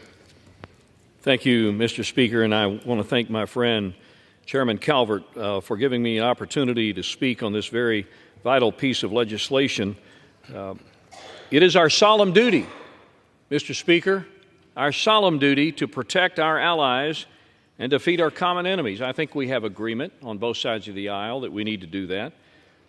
October 7th, 2023, Hamas launched a brutal attack on our friends in Israel, and we've all seen the carnage and the assessment of damage and the terrific loss of life in Israel. This unwarranted and unprovoked attack was a cruel display of the worst of humanity. We should all agree to that. Israel is a stabilizing force in the Middle East. It has to be supported at all costs. From my time as a commander of forces in the Sinai Peninsula, where I had a close working relationship with the IDF, to my time as a member of Congress in this important subcommittee, I've always been a strong supporter of Israel and will continue to advocate on its behalf. This $17.6 billion appropriated will save Israeli lives. It'll work to defeat Hamas terrorists. The funding will replenish and procure advanced weapon systems, defense articles, and defense services, provide for the procurement of the Iron Dome, David Sling, and Iron Beam defense systems to combat short-range rockets and support U.S. military operations in Israel. In short, Mr. Speaker, we need to pass this bill. And so I encourage all of my colleagues to take a serious look at it, pass the bill, let's get it to the Senate, get it to the White House, and with that, I yield back the balance of my time. Gentleman yields back. Gentleman from California reserved. Gentlelady from Connecticut is recognized. I yield 2 minutes to the gentlewoman from Florida, the ranking member of the Military Construction and Veterans Affairs Subcommittee, Ms. Washington Gentlelady Schultz. is recognized for 2 minutes. I thank the gentlelady for yielding. Thank you, Mr. Speaker. I rise to support Israel's absolute right to exist, to defend itself, and to bring home its citizens and ours who are still held captive after 122 days. Over those 122 days, President Biden has firmly backed Israel's response to genocidal Hamas terror. He helped free over 100 hostages and continues working tirelessly to bring them all home. And he has forcefully countered malign forces who attack our troops and oppose any future peace. Meanwhile, for 122 days, Republicans have ignored President Biden's urgent request: safeguard our democracy and our allies from adversaries who seek chaos, death, and destruction. This abdication of responsibility fails our constituents, our allies, and our national security interests. After months of waiting, I won't hesitate to vote for Israel's defense in this moment of crisis. But I'm enraged that Republicans are playing political games, caving to Trump and the extreme fringe of their party at the expense of our most sacred national obligations. They cynically pound the table about Iran, but they're suddenly blind to Putin's wrath in Ukraine and deaf to Xi's threats against Taiwan. They callously disregard the humanitarian tragedy facing Gazans, who are also victims of Hamas, eroding our credibility and undermining future prospects for a just and lasting peace. And I'm appalled that after 3,300 anti-Semitic attacks in this country in just 3 months, they will pass a dozen non-binding resolutions only to turn around and defund basic protections for Jewish Americans. We could have passed the president's emergency request months ago in a massive bipartisan show of strength. But instead, Republicans are needlessly weaponizing these vital efforts to score cheap political points. It took far too long to get here, yet this bill still falls short of our needs. As a Jew, as a proud Zionist, my conscience demands that I vote with Israel in her hour of need in this moment of crisis. But I won't pretend that this bill comes close to meeting our security needs. I yield back the balance of my time. Gentleman from California is recognized. I thank the Speaker. I yield to the gentleman from North Carolina, Dr. Murphy, 2 minutes. The gentleman is recognized for 2 minutes. Thank you, Mr. Speaker. Today I rise in support of 7217, the Israel Security Supplementals Appropriations Act. In the face of terror and absolute unprovoked aggression, Israel is in the fight for its existence. The United States must not shirk its duty and must support Israel. Israel has the absolute right to exist. Mr. Speaker, the world is essentially on fire. If you do not combat dictators, if you do not combat terrorists, we are shirking our duty. So today, now, with the United States being Israel's greatest ally, we must support them. We already sent the Senate a support bill. We sent them a support bill for Israel. We did that barely a month after the Hamas attack on October the 7th. But what has Senator Schumer and Senator Democrats done? They've sat on it. And now they want to send us a bill to try to fix their crisis at the border, and guys that with support of Israel. By the way, their crisis at the border, President Biden's crisis at the border, has cost this nation $450 billion. That pales in comparison to the $17 billion that we are asking for Israel.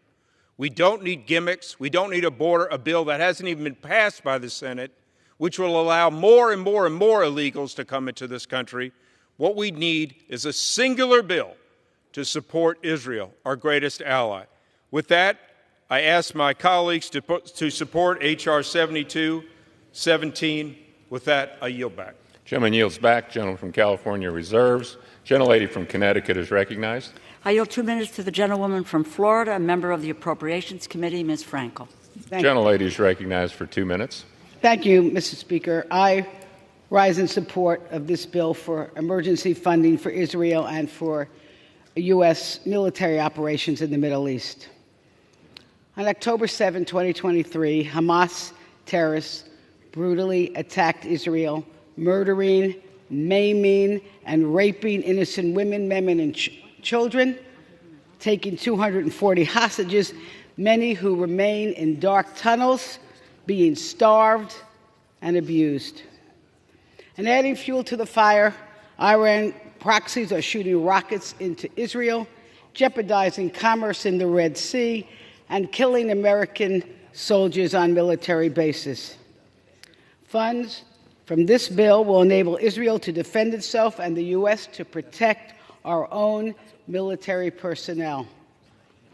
Mr. Speaker, I recognize and I respect the concern of friends who support Israel but want other issues also important to be addressed. But, Mr. Speaker, the perfect should not be the enemy of the good. And let me be clear, my vote will be for what is in this proposed bill and not a rebuke of what is left out. I fear that a divided Congress will embolden Israel's adversaries and put our own military in harm's way. Israel's security is our security. I stand with Israel. I stand with humanity. And I urge my colleagues to join me in supporting this bill. And I yield back. Gentlelady yields back. Gentlelady from Connecticut reserves. Gentleman from California is recognized. I yield to the gentleman from New York, Mr. Lawler, 3 minutes. Gentleman is recognized for 3 minutes. Thank you, Mr. Speaker. Thank you, Mr. Chairman. Today I rise to show my strong support for this aid package that will support our closest ally, Israel.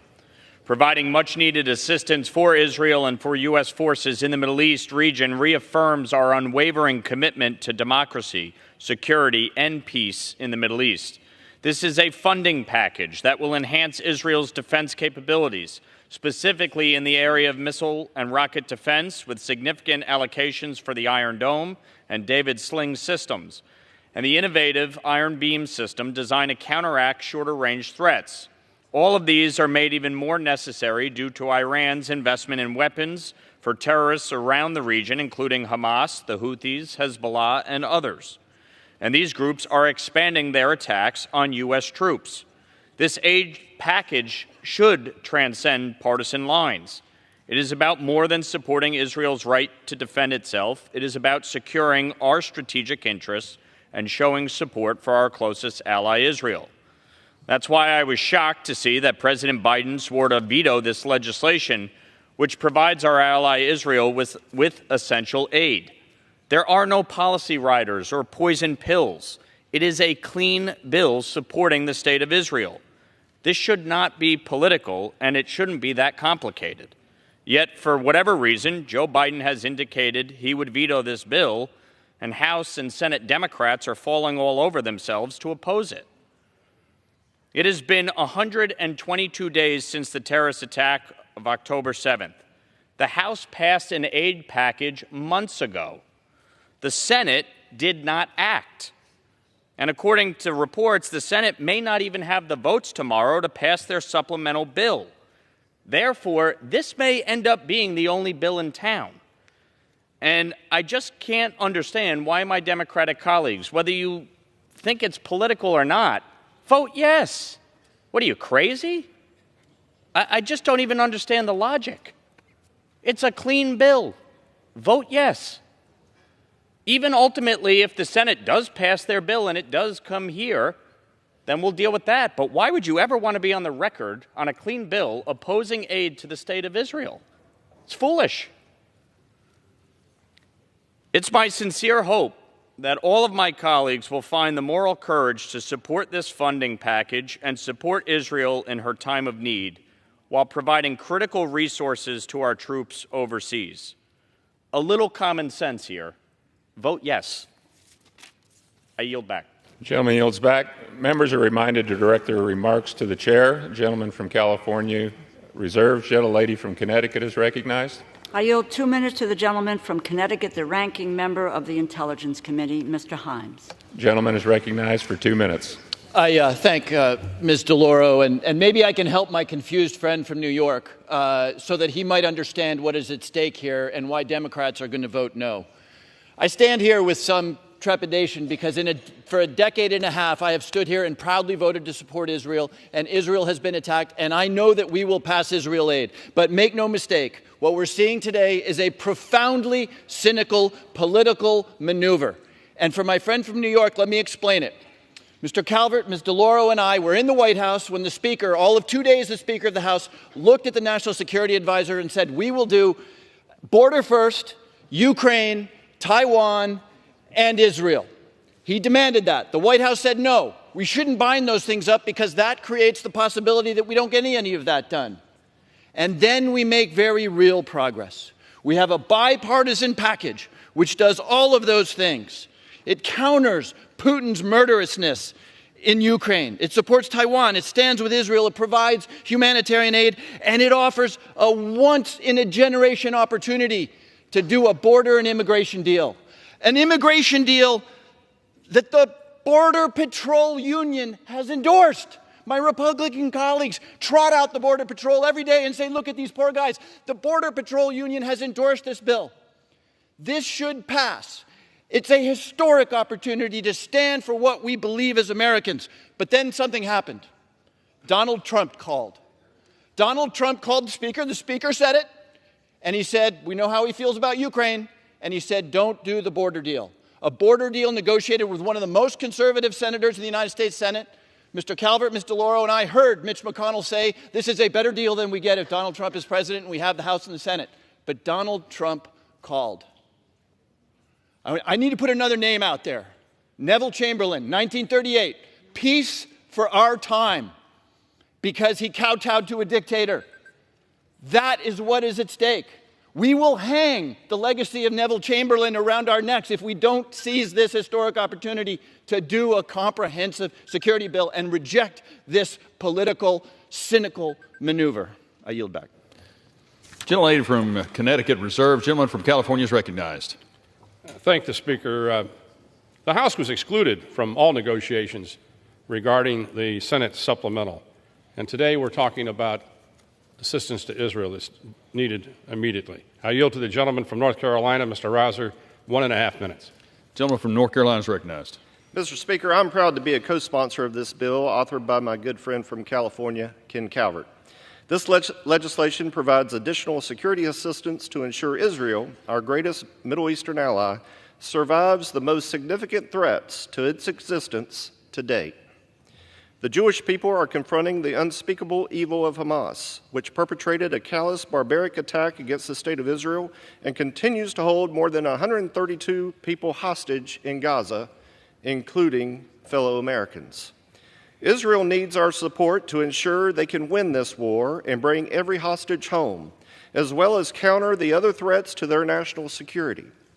This bill reaffirms the United States' strong commitment to supporting the people of Israel by providing critical funding to reinforce Israeli defense system and does so without compromising our own readiness. In addition, it ensures our ability to protect U.S. citizens and personnel in Israel. We cannot and must not turn our back on our ally. Doing so would only embolden Hamas, incentivize Iran to continue funding ruthless attacks on Israel, and weaken the security of American personnel in the region, not to mention the harm it would eventually bring to our own nation here at home. We either ensure that Israel has the resources to win, or we are eventually forced to fight the same enemies here. For those who want to annihilate Israel wish to do the same to America.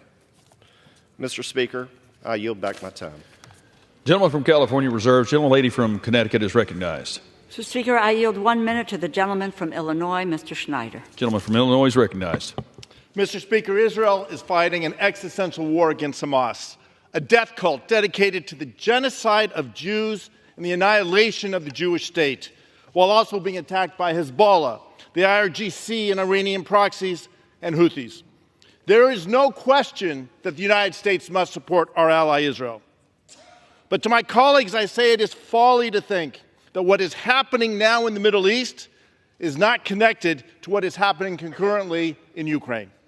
If Ukraine falls, the aid we're providing Israel in this bill is only going to be a small down payment to what will be needed when Israel faces a strengthened Hezbollah backed by an emboldened Iran, encouraged by a newly empowered Russia.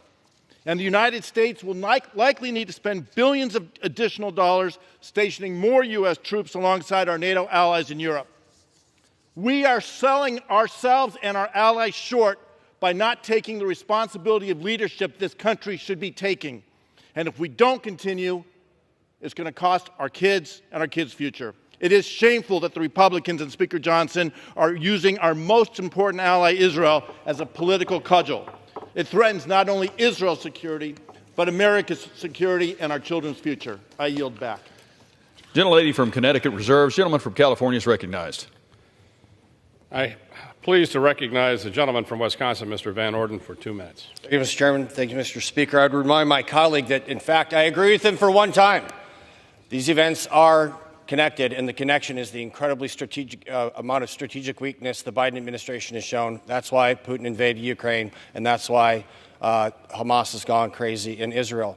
Immediately following the attacks of October 7th, I went to Israel and I witnessed what Hamas did to the Jewish people. And as a retired Navy SEAL combat medic, it put me on my heels. And I will remind my colleagues on the other side of the aisle that there was a ceasefire on October 6th, that there was a de facto two-state solution on October 6th, and that was broken by Hamas. And unlike the vast majority of my colleagues on the other side of the aisle, I spent my entire adult life either training others for, or at war myself. So there is a difference between the conflict in Ukraine and what's taking place in Israel right now. Vladimir Putin is a war criminal, and he is after territorial gains. Hamas is a group of savages that are after the utter destruction of the Jews as a people. They want to eradicate them. And there are members of the other party who have been censured, member of the other party that's been censured on this floor for grossly anti-Semitic remarks, and that's what's taking place. Do not be fooled by this political rhetoric. I stand with the Jewish people now. I will stand with them from the beginning to the end, so the river to the sea never takes place. And with that, Mr. Speaker, I yield back my time. Gentleman from California reserves. Gentlelady from Connecticut is recognized. Mr. Speaker, I yield 1 minute to the gentleman from California, Mr. Khanna. Gentleman is recognized. Thank you, Mr. Speaker. I will vote no today on the $17 billion aid package, which provides a blank check to Netanyahu, Ben-Gvir, and the extreme right-wing government in Israel. How dare Ben-Gvir, Israel's national security minister, have the gall to criticize America while calling for the mass expulsion of Palestinians? I will vote no because this bill includes zero humanitarian aid while children are dying and 400,000 Gazans face famine. I will vote no because this bill undermines human rights and international law, ignoring the recent ICJ decision calling on Israel to do more to protect Palestinian civilians. I will vote no because it is painfully obvious to the entire world that what is needed today is a permanent ceasefire and a release of all hostages. There come moments in a nation's history when our actions reveal our values. This is such a moment. We must stand for stopping the bombing, for ending this brutal war, and for justice in the Middle East, with a Palestinian state with equal rights living side by side with Israel. Gentlelady from Connecticut reserves. Gentleman from California is recognized. Mr. Speaker, I reserve the balance of my time. Gentleman reserves.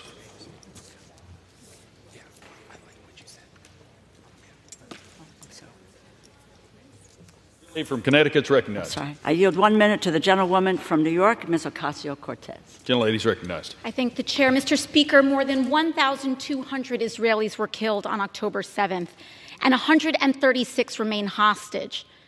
In response, 27,478 Palestinians have been killed, 70% of whom are women and children. And most Gazans today cannot reach a fully functioning hospital. This is not war.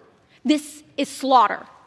And yet, after all this destruction and devastation, the Netanyahu government is still nowhere close to their stated objective of destroying Hamas. Moreover, the United States has our own requirements outlining the transfer of weapons to forces engaged in gross human rights violations. We have a responsibility to honor those laws, to facilitate a bilateral ceasefire, to move to end this campaign of mass casualty and loss of life that risks bringing the entire region closer to a wider, deadlier conflict. This bill contains $17 billion on top of the billions we already transfer every year with no conditions and no humanitarian aid for the most vulnerable. Everyday Americans should not tolerate this squandering of our resources without oversight on such an inhumane and ineffective operation, especially when we are living paycheck to paycheck and they cannot see their Congress address their most basic material concerns. I yield back. Gentlelady from Connecticut reserves. Gentleman from California is recognized. Mr. Speaker, I reserve the balance of my time. Gentleman reserves. Gentlelady from Connecticut is recognized. Mr. Speaker, I yield 1 minute to the gentlewoman from Michigan, Ms. Tlaib. Gentlelady is recognized. Here we go again. Sending $17.6 billion U.S. tax dollars with no conditions attached to Netanyahu's extremist government to drop more bombs on innocent Palestinians. The Israeli government has already killed 27,000 people. 11,500 of them were children. I'm tired of my colleagues coming to me whispering, I don't really like Netanyahu. Well, then why are we sending him billions of dollars with no conditions? He literally is telling us over and over again what his intention is. I'm tired of my colleagues coming and whispering to me, Rashida, I support two-state solution. Great. Then send money that conditions for a two-state solution, because Netanyahu has over and over again told us he never wants to see a Palestinian state. So I'm tired. I oppose Netanyahu's war crimes and want him gone too. But many of my colleagues that continue to tell me that do not want to condition the aid. They give it to a genocidal maniac. My message to my colleagues is simple.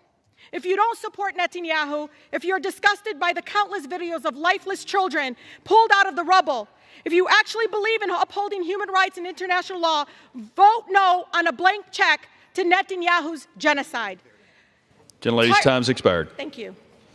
Gentlelady from Connecticut reserves. Gentleman from California is recognized. I would say the folks that believe in genocide is Hamas. I yield to the gentleman from Florida, the chairman of the State and Foreign Operations Subcommittee, Mr. Diaz-Balart, 2.5 minutes. Gentleman's recognized. Mr. Speaker, thank you. Let me first thank the gentleman from California, Chairman Calvert, for his leadership in drafting this critical bill, along with the Chairwoman Kay Granger, and the leadership for bringing this forward. As Mr. Calvert just said, yes, there has been genocide, but the genocide has been from Hamas. And if the world needed yet another reminder of the importance of Israel as a safe haven for the Jewish people, then the attacks of October 7th should be that wake-up call. This is not that complicated. I've been disgusted and shocked by some of the things that we've been hearing, including the sheer glee and displayed in celebrations across, even in this country, because of the murders of October. And remember, those grotesque celebrations and demonstrations happened before Israel even began its military action to defend Israelis, again in Gaza. So let's be clear. Those demonstrations, those statements, those celebrations were and are in favor of the terrorist group Hamas. The despicable anti-Semitism, which has been dramatically increased since October 7th, that we've even seen here sometimes on this floor, has to be condemned and has to stop. Israel is on the front line in the battle against terrorism. The terrorism of Hamas, Hezbollah, ISIS, you name it, and all of those, they continue to await for an opportunity to strike at Israel, as they have, just like they want to strike here to the American people of the United States. Israel and the United States do not want violence. But the problem is that the terrorists do, and they are the ones who have killed and butchered and maimed innocent Israelis. Again, last November, the House passed another Israel security supplemental, which was fully offset by a rescission of the IRS funding, and that was the reason why the White House claimed that they opposed that bill. Well, now there are zero excuses to oppose this bill. This bill does one thing, Mr. Speaker. It provides urgently needed funding for our friend and ally Israel to defeat the terrorists that they are dealing with. The United States must stand with Israel and to eradicate terrorism. This is not that complicated. You can use every excuse in the world and again with the purpose of supporting Hamas and justifying the murders. This bill stands with Israel. No ifs, no ands, no buts. I'm grateful to Chairman Calvert for bringing this important piece of legislation, and I wholeheartedly support it. I yield back. Gentleman from California reserves. Gentlelady from Connecticut is recognized. Mr. Speaker, I yield 1 minute to the gentlewoman from California, the distinguished ranking member of the State and Foreign Operations Subcommittee, Ms. Lee. Gentlelady is recognized. Thank you very much. I want to thank the gentlelady for yielding and for her strong leadership. Mr. Speaker, I rise to oppose H.R. 7217. The United States and the world are facing a very dangerous time, with the risk of being pulled deeper and deeper into conflicts across the globe. Meanwhile, millions of people around the world are facing violence, dislocation, and hunger. This bill really is not a serious effort. As the ranking member of the State and Foreign Operations Subcommittee, I cannot support a bill that fails to meet the challenges of this moment and abandons those most in need of humanitarian assistance. And Yes, this bill undermines the United States policy which supports a two-state solution. This bill is a blatant political stunt that is dead on arrival in the Senate. And so I urge my colleagues to oppose it. Thank you, and I yield the balance of my time. Gentlelady from Connecticut reserves. Yes. Gentleman from California is recognized. May I inquire how much time is left? Both sides. Gentleman from California has 30 seconds. Gentlelady from Connecticut has 2 minutes. Mr. Speaker has the right to close. Reserve the right to close. Gentlelady from Connecticut. Yes, reserve. I'm prepared to close. Gentleman from California reserves. Gentlelady from Connecticut is recognized. A short while ago, my colleague from Arkansas said it is our solemn duty to protect our allies. Indeed, it is our solemn duty to protect our allies. Our allies in this case are Israel, yes, and we support Israel. Our ally is Ukraine, and we need to continue to support Ukraine. Our ally is Taiwan, and we need to support Taiwan. We have a solemn duty, yes, to provide humanitarian assistance to innocent civilians. We have a solemn duty to protect our border. These are not the issues that are part of this bill. This bill does not meet those solemn obligations. My Republican colleagues do not want to help Ukraine or the Indo-Pacific and Taiwan. They do not want to address border security.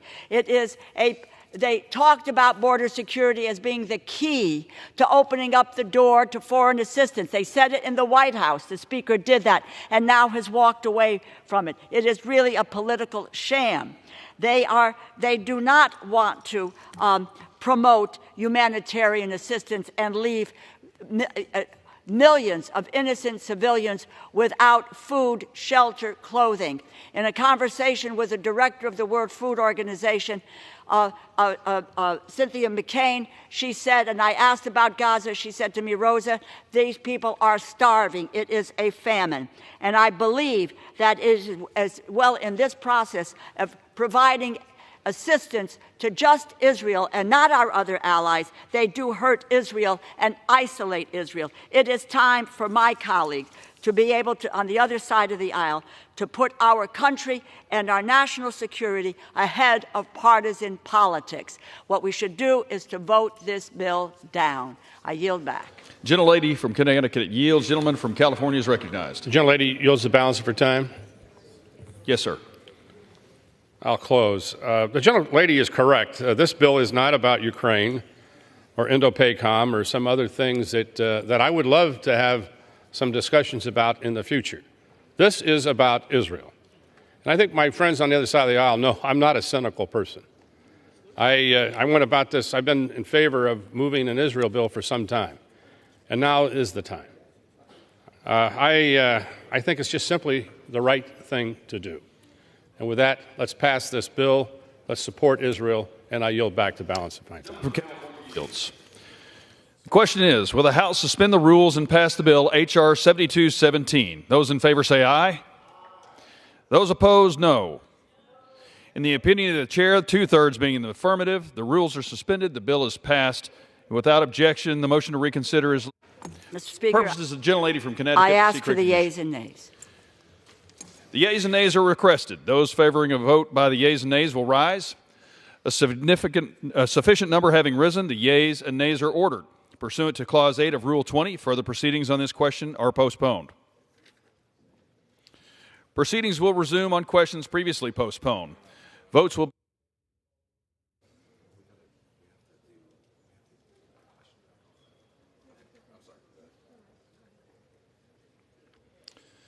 be taken in the following order. The motion to suspend the rules and pass H.R. 1727 if ordered. Adoption of House Resolution 863 if ordered. And the motion to suspend the rules and pass H.R. 7217. The first electronic vote will be conducted as a 15-minute vote.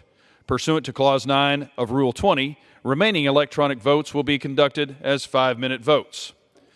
Pursuant to Clause 8 of Rule 20, the unfinished business is the question on suspending the rules and passing H.R. 1727 as amended, which the clerk will report by title.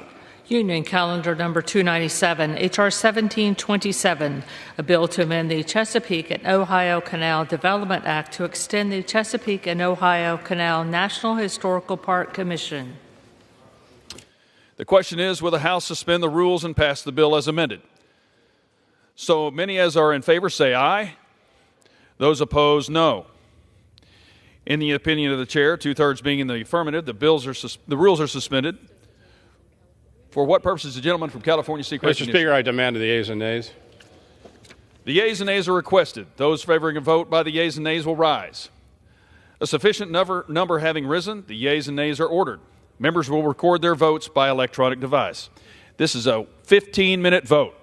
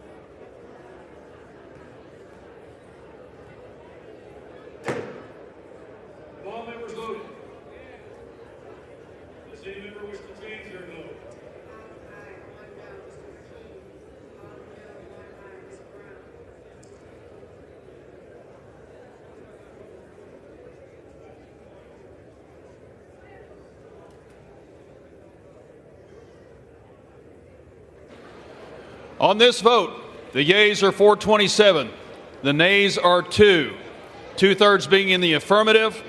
The rules are suspended, the bill is passed, and without objection, the motion to reconsider is laid on the table. Pursuant to Clause 1C of Rule 19, further consideration of House Resolution 863 will now resume. The clerk will report the title. House Calendar Number 60, House Resolution 863, Resolution impeaching Alejandro Nicholas Mayorkas, Secretary of Homeland Security, for high crimes and misdemeanors.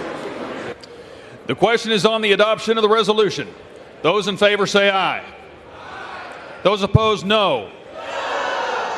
The ayes have it. The resolution is agreed to. Mr. Speaker, for what purposes the gentleman from Mississippi seek recognition? Mr. Speaker, I request the yeas and nays. The yeas and nays are requested. Those favoring a vote by the yeas and nays will rise. A sufficient number having risen, the yeas and nays are ordered. Members will record their votes by electronic device. This will be a 5-minute vote.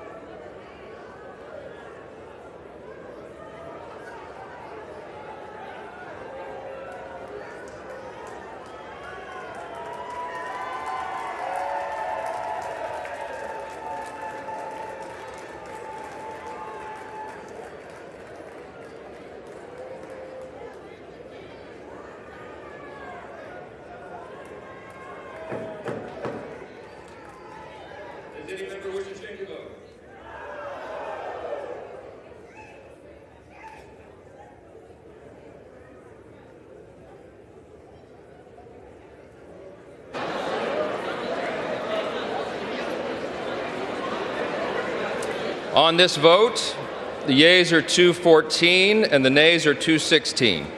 The resolution is not adopted.